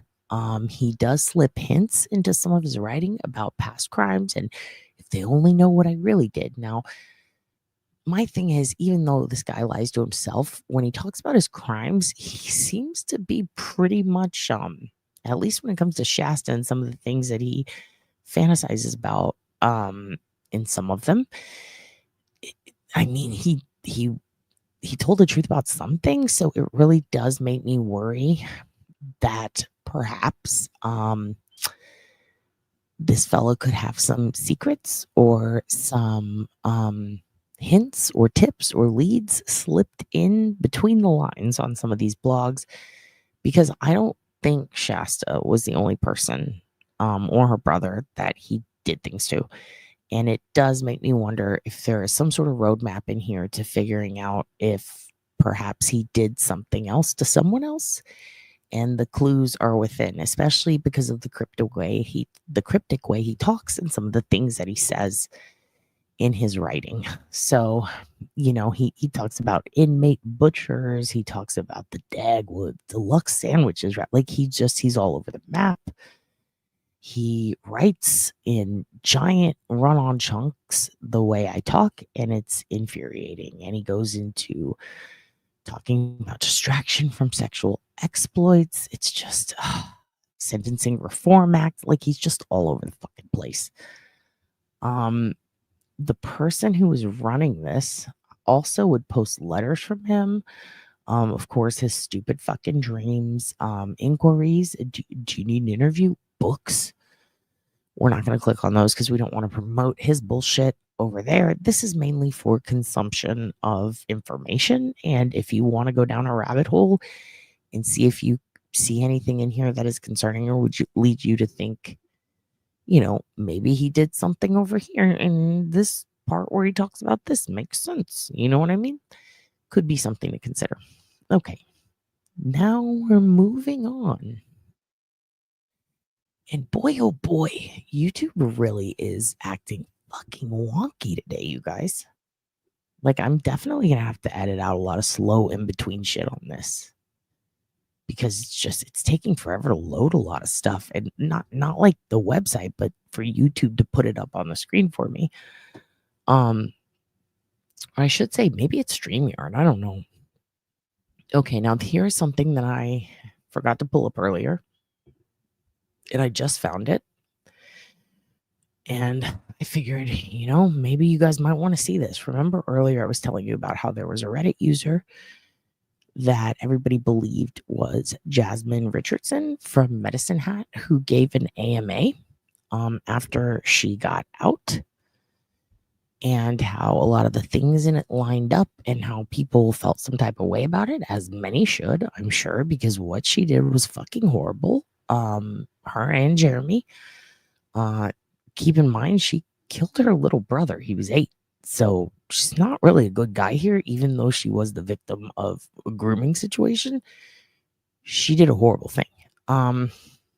This is the AMA she did. I told you guys she dirty deleted, which, I mean, that's, you know, I wouldn't say I would too, but like, come on, you know, if you're her, like, yeah, don't. Definitely she rethought it, and good, because girl, what did you think they were gonna do? Okay, so I'm gonna make this big so you can see it. When I was a child, I was tried for the murder of my family with my abuser. Ask me anything. Now this is from 4 years ago, as you can see the screenshot right there. The username was deleted. I was stupid and thought we were in love. We ran away together and were both caught. This is all true. He was sentenced to life, and I was treated for some very heavy mental illnesses, and now live as normal a life as I possibly can. I was significantly young and thought that we were in a relationship. I now know that I was obviously being groomed and raped. I agree with her. She was. She absolutely was.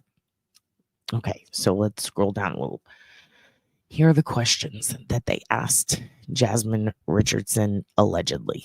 The alleged Jasmine Richardson's account. Now, I will tell you, when this was posted, a friend of mine who follows this and Jasmine's old babysitter were actually talking quite frequently at the time.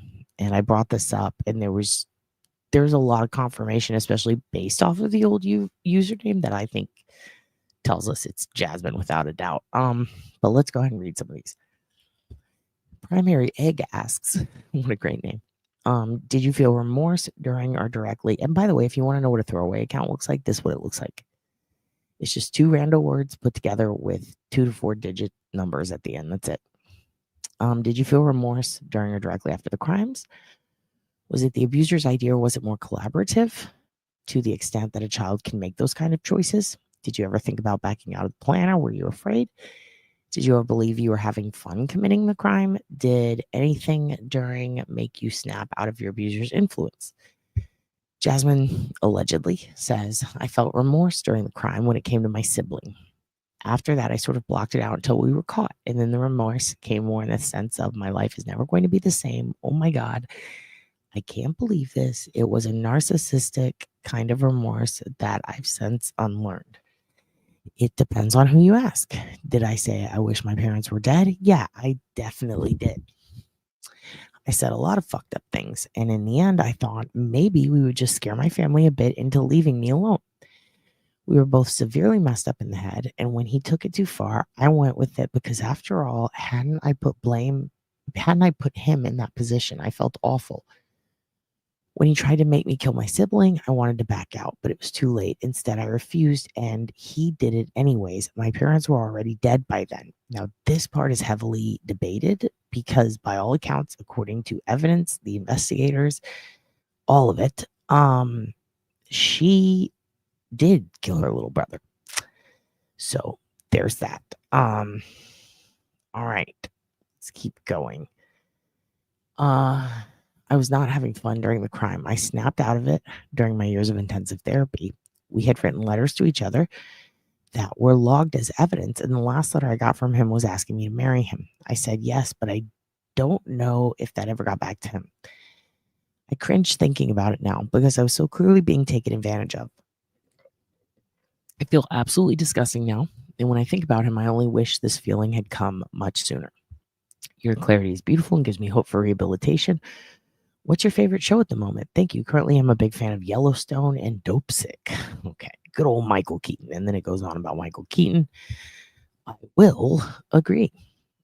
Okay, at such a young age, how do you meet someone like that? Is there any advice you can give parents? And this is a great question. So if anything, the rantings of this particular killer could actually help in a way, especially because she seems to be indicating remorse. I'll give her that. She seems to be honest. While I do, yeah, she was 12 years old, Wendy. That is so young. But at the same time, this is a really tough one because she was groomed, she was raped, but she also is still seemingly in denial about some things, in my opinion. So is she evolved enough to answer these questions? I'm not entirely sure, but let's see what she says.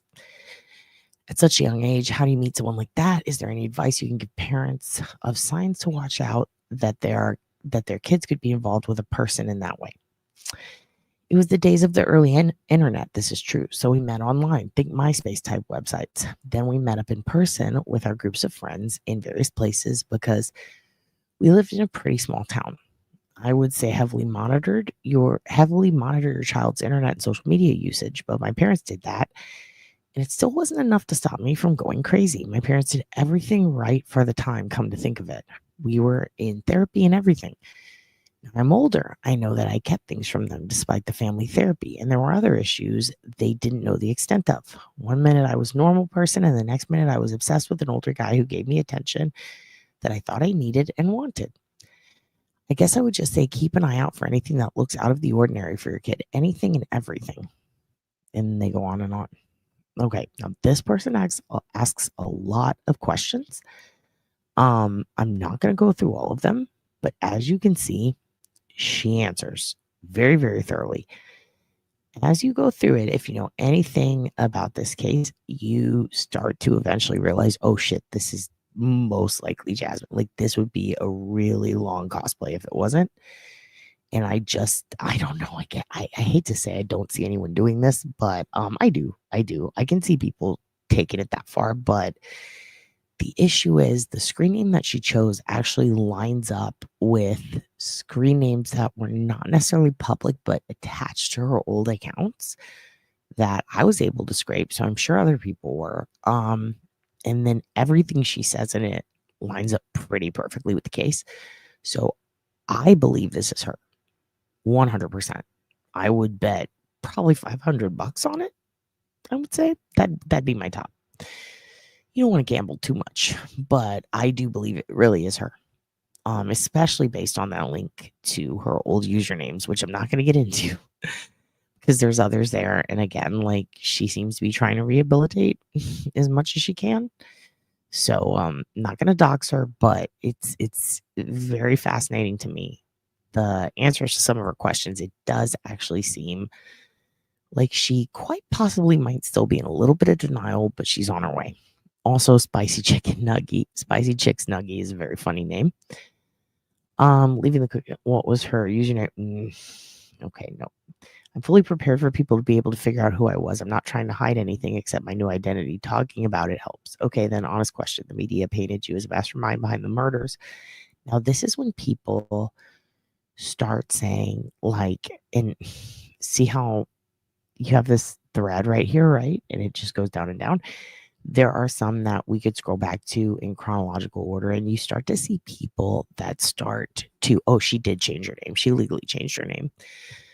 But you're going to see people, and by the way, like, my friend who was her babysitter, I believe she said that she's actually still nearby. So she didn't move that far away. So she definitely changed her name.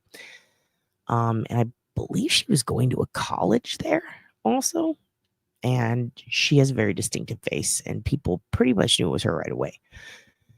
Now in this, if you really want to go on a deep dive, you are going to notice some really crazy things. People start to pick up on this being Jasmine. This is the other reason why I'm pretty sure it's her. They start asking her questions, hinting like, we know you're Jasmine Richardson, and they're saying, okay, well, according to the media, the crime. And they go on, and she responds without necessarily saying, no, you got the wrong case.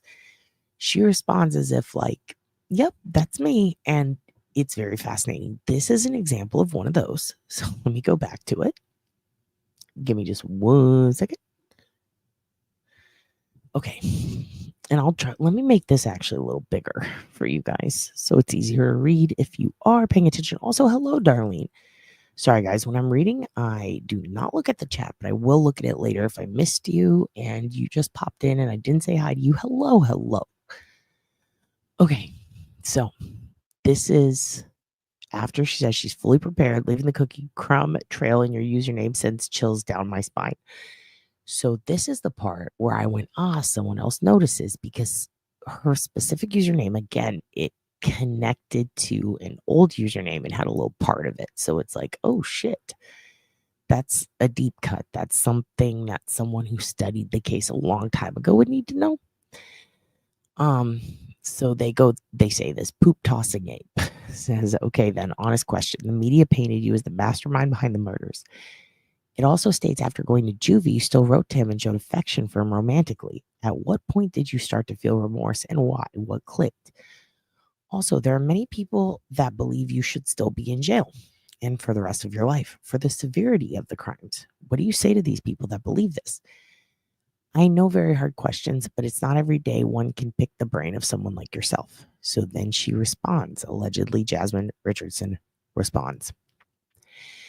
That's true. We did write to each other, but the letter stopped being delivered back and forth once evidence was collected against us. By the time we went to trial, all contact had ceased.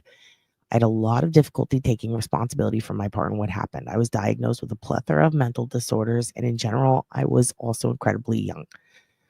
Old enough to know better, maybe, but being so young and being clouded with the debilitating mental illness and intrusive thoughts about harming yourself and others can make it hard to see things clearly. Now, she was allegedly a cutter, for the record, and she did talk about that in some of her online posts. I would say I started accepting responsibility around 2 or 3 years afterwards. I felt remorse fairly quickly. I think when we were caught, it kind of set in for me that, wow, my whole life would never be the same. I have no family. I'll never be able to see these friends of mine again. I thought I was going to be in prison for the rest of my life, to tell you the truth.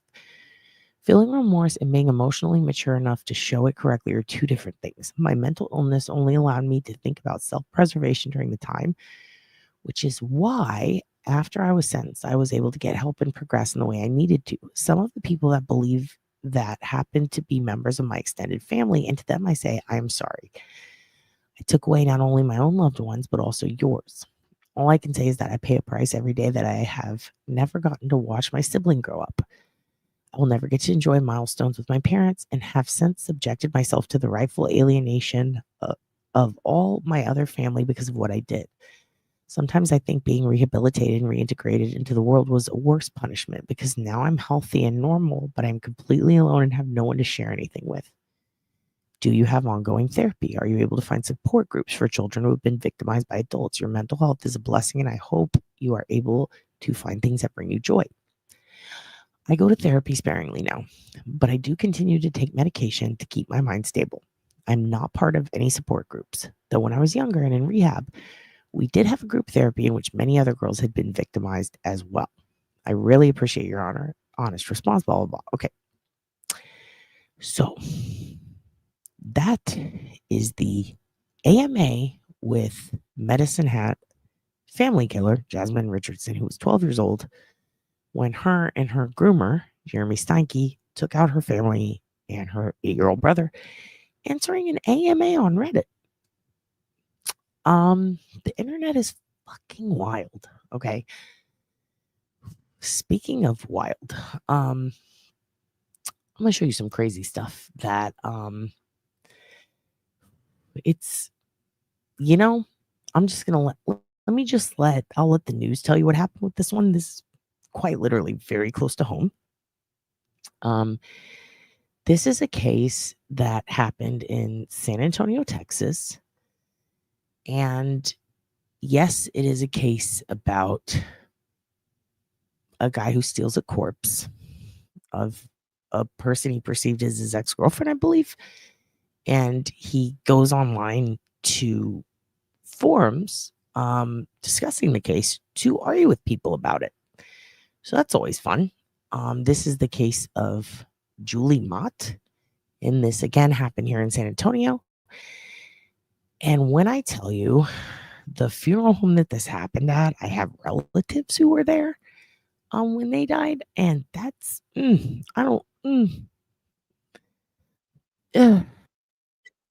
it's just a lot. I can't believe these people exist. Okay. And we're going to see where he communicated on the case. The guy who did the thing. Just watch. People are so fucked up, man. Here you go. Nature has been unusual. It seemed to go beyond that today. Attorneys for Mission Park Funeral Home showed up in court with a casket. The funeral home is being sued by a family after the body of their loved one could not be found following a memorial service. So why the casket? Paul Venema explains.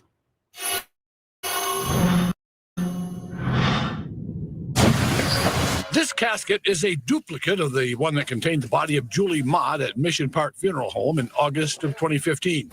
Her body disappeared from the funeral home while awaiting transfer to a crematorium. Though no one has been charged with taking the body, both lawyers for the Mott family and park owner Robert Dick Tips agreed that it was stolen. Okay. Now I do realize who is in this chat. And I know that you guys heard that. I am going to go back. You did hear that right. This is an ongoing joke in San Antonio. Yes, the man's name is Dick Tips. The manager's name is Dick Tips. Yep. This is the most San Antonio story you're going to get. To a crematorium. Though no one has been charged with taking the body, both lawyers for the Mott family and Mission Park owner Robert Dick Tipps agreed that it was stolen. Family and Mission Park owner Robert Dick Tipps agreed. Mott family and Mission Park owner Robert Dick Tipps agreed that it was stolen. Police. We have an owner of a funeral home named Dick Tipps who lost a body to an employee who stole the body. I'm not doing this to be disrespectful to the family or the victim. This is to be disrespectful to the owner of Mission Park for losing the body, and his name is Dick Tipps. Dick Tipps agreed that it was stolen. Police investigated the case and interviewed Mott's former boyfriend, Bill Wilburn, at length, but considered him only a person of interest. The casket in court was used during the trial for demonstrative purposes only by the funeral home's defense team. They showed how Mott's casket hinges had been broken and the casket itself damaged. That, they suggested, shows that someone without knowledge of how a casket functions removed the body. No, Laura. No. It didn't get misplaced. Dick Tipps let it get stolen by her ex-boyfriend. The Mott family's lawsuit claims that negligence and gross negligence by Mission Park is the reason Julie Mott's body is missing. It still has not been found. The family is seeking $1 million in compensation. The casket in court took everyone by surprise, but the defense argued it was important to their case. Paul Venema, KSAT 12 News. Often choking back tears, Jonathan Mott, the brother of Julie Mott, told how his family was devastated when they learned her body was missing from Mission Park Funeral Home. It's the latest in this ongoing court case. Yeah, though the Mott family is suing the funeral home, the Motts testified that initially the family blamed Mott's former boyfriend, not the funeral home. Paul Venema there for testimony. Jonathan Mott, that's him in the yellow shirt, was the first witness as week 2 of the civil trial began. He said that among the mourners at his sister Julie's funeral was her former boyfriend, Bill Wilburn. He recalled that his father told employees at the funeral home to watch that guy following a memorial service for Mott. A week later, the family was told by funeral home owner Robert Dick Tipps that the body disappeared while awaiting transfer to a crematorium. I was convinced that he had taken my sister's body, Mott testified. Wilburn was questioned by police but never charged. In the weeks that followed, Mott said the focus seemed to shift to the funeral home. We felt it was more like Mission than about Julie, he said. He testified that when Tipps stopped taking his parents' calls, it opened our eyes to more possibilities. In January of 2016, the family filed a civil suit against Mission Park, alleging negligence and seeking $1 million. Julie Mott's body still has not been found. On cross-examination, Jonathan Mott said, "We're looking to get Julie back and to find out what happened." Paul Venema, KSAT 12 News. And that leads us to today. The civil trial pitting Mott's family against Mission Park Funeral Home began this morning. Yeah, the lawsuit accuses the funeral home of negligent conduct and gross negligence.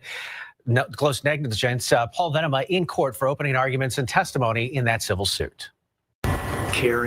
In their opening statement, lawyers for the family of Julie Mott argued that Mission Park was negligent from the beginning. There are no written policies to tell the employees exactly what they're supposed to do, exactly what the management expectation is in this situation. They said that Julie Mott's body was in an unsecured room awaiting transfer to a crematorium. The security system and locks, they allege, were inadequate. Locks, they've had the same locks for 10 years. One key fits every single exterior door. The lawyer for the funeral home argued that the blame is not with their client, it is with Mott's ex-boyfriend, Bill Wilburn. Bill Wilburn did this. So from the start, the Mott family immediately blamed Bill Wilburn as being responsible. Salazar countered, saying that this is not the focus of this trial, it's a criminal matter. This case is and will always be about who accepted the responsibility for protecting Julie and retaining care, custody, and control. Now, here's the thing. The boyfriend did it, okay? That's, spoiler alert, he did it. But Dick Tips let it happen on his watch. And the family didn't get justice because remember the whole no body, no crime thing? That was a thing. The fights that the guy who did it got into on both Yelp and various other forums were intense. Which funeral home owner Dick Tips testified was done. When you entrust Mission Park, we'll take care of the arrangements from the very first call until the disposition. The Mott family was not here at the courthouse for the trial's opening, too emotionally draining for them, according to their lawyer. Paul Venema, KSAT 12 News. Now, Paul Venema has been around forever. Love him to death. Glad he's still around. He reminds me of Bill Merriman Wants to Know. But I will tell you this much. There are a couple of things that are San Antonio as fuck, and they're never going to go away. They are businesses that other people might not have heard of, but if you're from San Antonio, you know exactly what and who I'm talking about. For example, if I were to say Wainwright, you know who I'm talking about if you're from San Antonio. If I say Wainwright and you don't know who I'm talking about, then you're not from there. If you try to tell me you're from San Antonio and you don't know who Wainwright is, I don't believe you. Arrow Upholstery. When I tell you, everyone from San Antonio knows about Arrow Upholstery. Do you understand? If you're real old and you're super not fancy, you'll know what Splashtown is. You'll know right away what Splashtown is. Another one is Mission Park. Why? The commercials. Constantly. One place that didn't have commercials that everyone fucking knew as well was Rolando's Super Tacos, and it's a deep cut. And if you know that, you're a San Antonioan. You understand? Dick Tips was never a part of the zeitgeist. Now it is. Wow. Just wow. Just wow. If I had known. We were busy making fun of HEB for Henry Edward Butts or whatever his name was. The Butts family. We thought Butts was funny. And this whole time we had Dick Tips. I really hope this family sued the fuck out of him. I know you know. I know you know this. Because you're from San Antonio and I believe you. That's how I know that you know. It's because you know exactly what the fuck I'm talking about when I say all of those things. When I say Arrow Up, Paragon Cable, if you're an old ass bitch, you know what I'm talking about. Alamo Price of Freedom. Alamo Price of Freedom. Okay? Okay.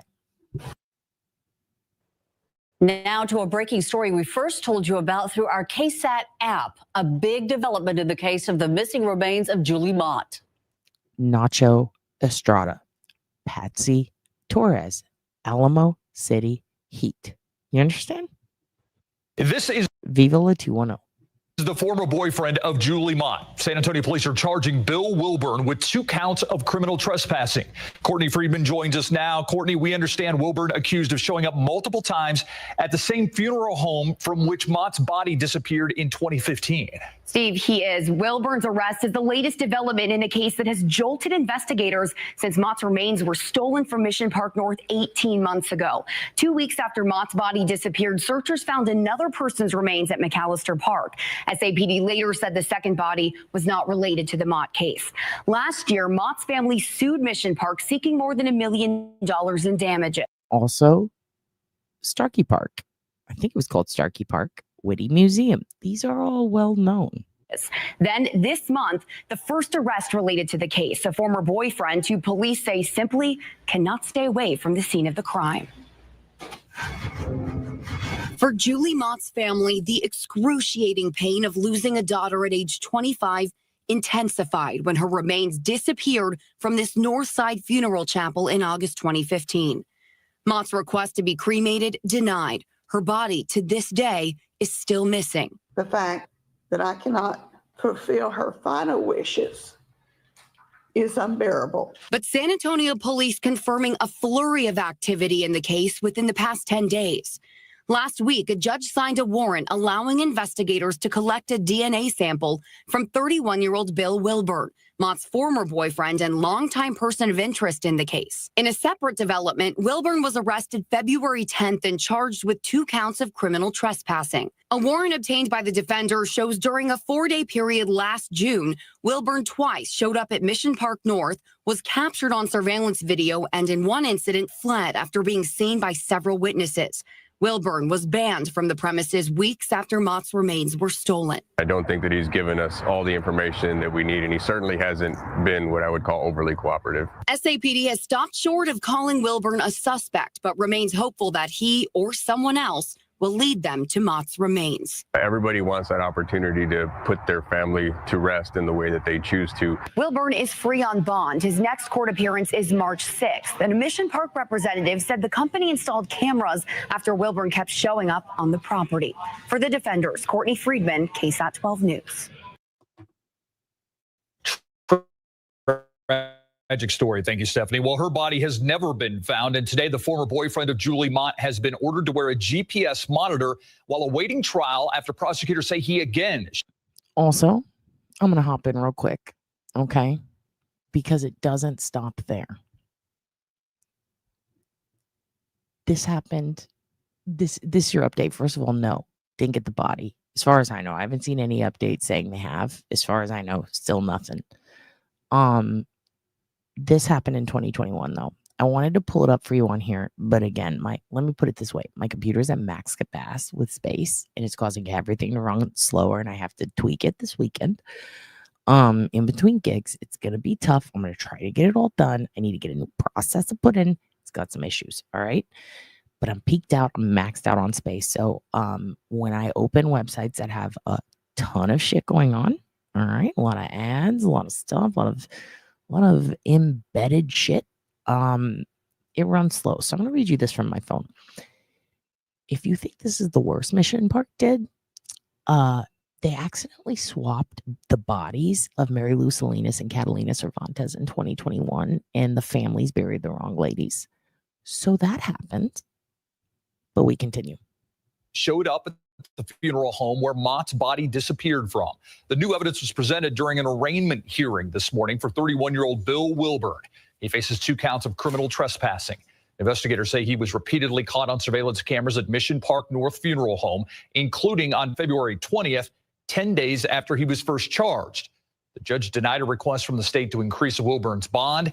He has a week to turn himself in for monitoring. I talked to my client about it. He thinks it's actually a good idea because it'll show that these are all lies. Julie Mott's body disappeared from Mission Park North. Her ex-boyfriend stole the body because the funeral home, first of all, they did the whole, our camera works, no, it doesn't thing. And they also kind of just are negligent as fuck. Following her memorial service in August of 2015. Her remains have not been found. Wilburn has been called a person of interest in the case. Yeah, no, they did not shut them down. In fact, again, they swapped bodies even and gave another family the wrong body. Okay, so this is the point. We're about to wrap it up, but here's what I'm going to show you about that guy, okay? Because this fella, and we might actually have to do a part 2 on this because I still have quite a few more.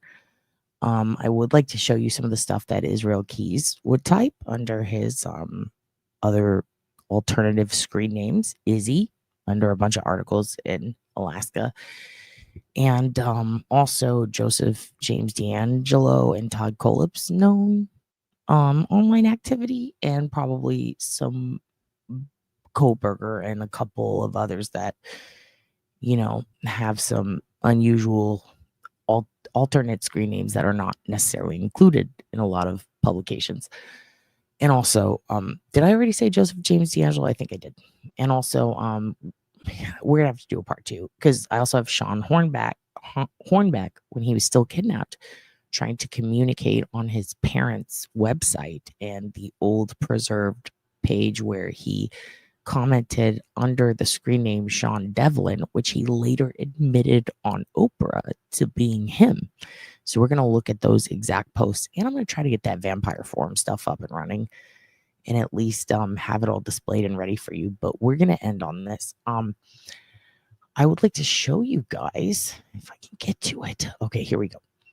So Julie Mott, there was a thread on my death space, which is my space, but when people die, their investigation or their death announcement, their obituary will be immortalized forever on my death space. And then most people use it as an opportunity to say goodbye to a MySpace user back then, or to leave a little mini eulogy. But some people, if it's a case where somebody was murdered or something horrible happened to them that was well known in the news, people will web sleuth it underneath or leave comments. So when Mott's body disappeared, Julie Mott's ex-boyfriend, the one who snuck in and they believe took her body and won't give up where it is, was arguing with people on both Yelp and My Death Space and a couple of other forums. So I'm going to show you that right now. So she died, by the way, from cystic fibrosis. And, you know, while he didn't kill her, he did take her remains, which is a big fucking deal in my opinion. But he went by this moniker. This was his handle, which is pretty easy to confirm. He doesn't do a very good job of hiding it. But he goes under the handle of Heartbroken One. Now, that is the guy you just saw, the one that you just saw getting the civil suit against him. Or not the civil suit, when they put the ankle monitor on him. Let me make it big so you can see it. So this is his username right here. It is Heartbroken One. As you can see, he's a senior member. This was 2016. This was a bit after this happened. And he just goes on and on and on, commenting and arguing with people. Can you upload the photo? I understand that this photo may be very upsetting to Julie's family. Please understand that I'm making this photo public for the sole purpose of finding out what happened to Julie. And there's a very graphic photo that he links there. I believe of the body, if that's the exact post I recall. He goes on to say the confrontation with him lasted only 2 to 3 minutes. Just was surprised to see that when I was driving off. Not sure why people keep bringing up the thing about me reading the news to Julie. So he's trying to pass the blame here on someone else. This I think is page 84. Like, look how long it goes. It goes for a thread of 146 pages. And he literally argues with people about everything that you can imagine under the sun. I mean, the users grill the shit out of him. A dispute against cremation is a lame-ass excuse for a motive. Let's say that they got the idea from assuming I did it based on what Julie's dad told police after speaking to my parents. Anyone could just say they're not against cremation and move on. Now, there was an argument that he did it to save her because he was against cremation. Yeah, and yep. He was supposed to be I guess when he did briefly work there, he was supposed to be taking care of the bodies, and this is very concerning. Maybe he's not I have nothing to hide. Maybe he's not a bad guy. Maybe he just has shittier luck than I do. What I do know is that he's not done enough to find out what happened. Most likely the coward will settle out of court. But eventually, everyone always gets what they deserve. So, and he's talking about just to piss Bill off. He's going on and on. He talks about her parents. He talks about his old boss. He talks about the victim. I understand this photo may be very upsetting. I will outthink the fucking pants off of you, and you would thank me for helping you out of them. That is something he said. It goes on and on. I really don't feel like doing that. Can you just repost the questions? I'm not implying anything. He doesn't spell that right. And give me a Tupelo, honey. Let me look into what you asked. It's a lot of my guess is that there won't be any damning evidence, but a combination of things that make it undeniable that they either sent her to be cremated and the remains were lost in transit or sometime after arrival. Now, this is him making up excuses for how her body got lost, and it had nothing to do with him. And at this point, he's also speaking in third person. on some of these? Does it really look like I care how I appear? If it does, I'm definitely doing something wrong. Like, this is a lot. So yeah, I would imagine this would be very useful to go back and reflect upon to perhaps see if he drops any hints. Someone does call him a fuck whistle, which is very funny, about where she could potentially be. But I do think that this was very helpful for the family to have, even though he's a terrible person. Everything he says is fucking terrible anus. But let's be honest, this is very good for court, to plead their case and to potentially narrow down some clues. What a piece of shit that one was. I'll tell you what. So yeah, I will try to include links below this video to all of that if you would like to go back and check it out and see all these examples that I gave you today of people posting a lot online and doing beds and how you can use those to your advantage. In addition to that, I'm going to include some of the old websites, like the oldest comic strip and stuff like that we talked about at the beginning.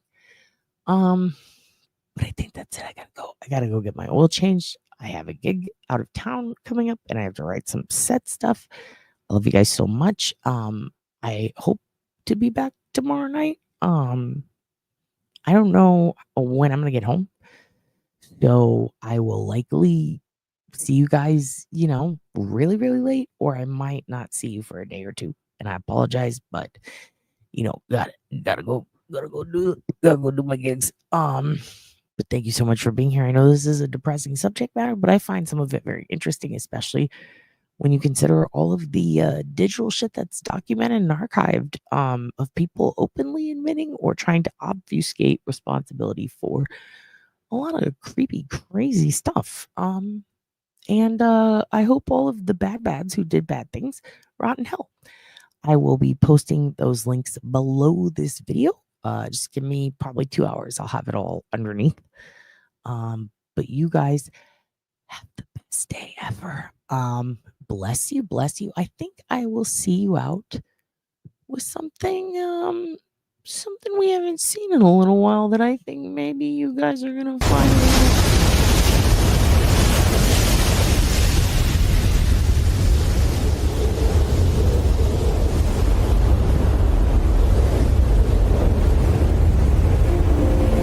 你好 Jack。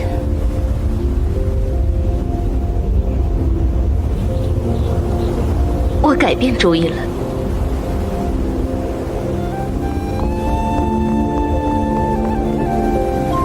我到这里来找你。把手给我。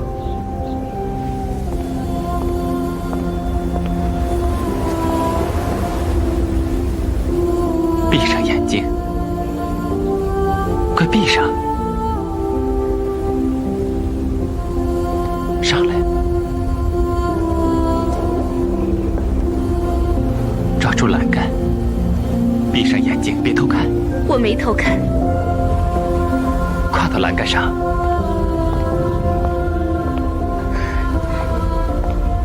抓住了，抓紧点，眼睛闭好了吗？相信我吗？我相信你。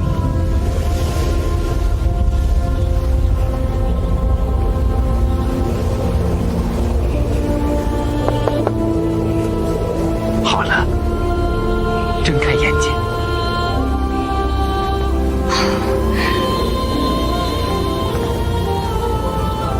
我飞了，这个。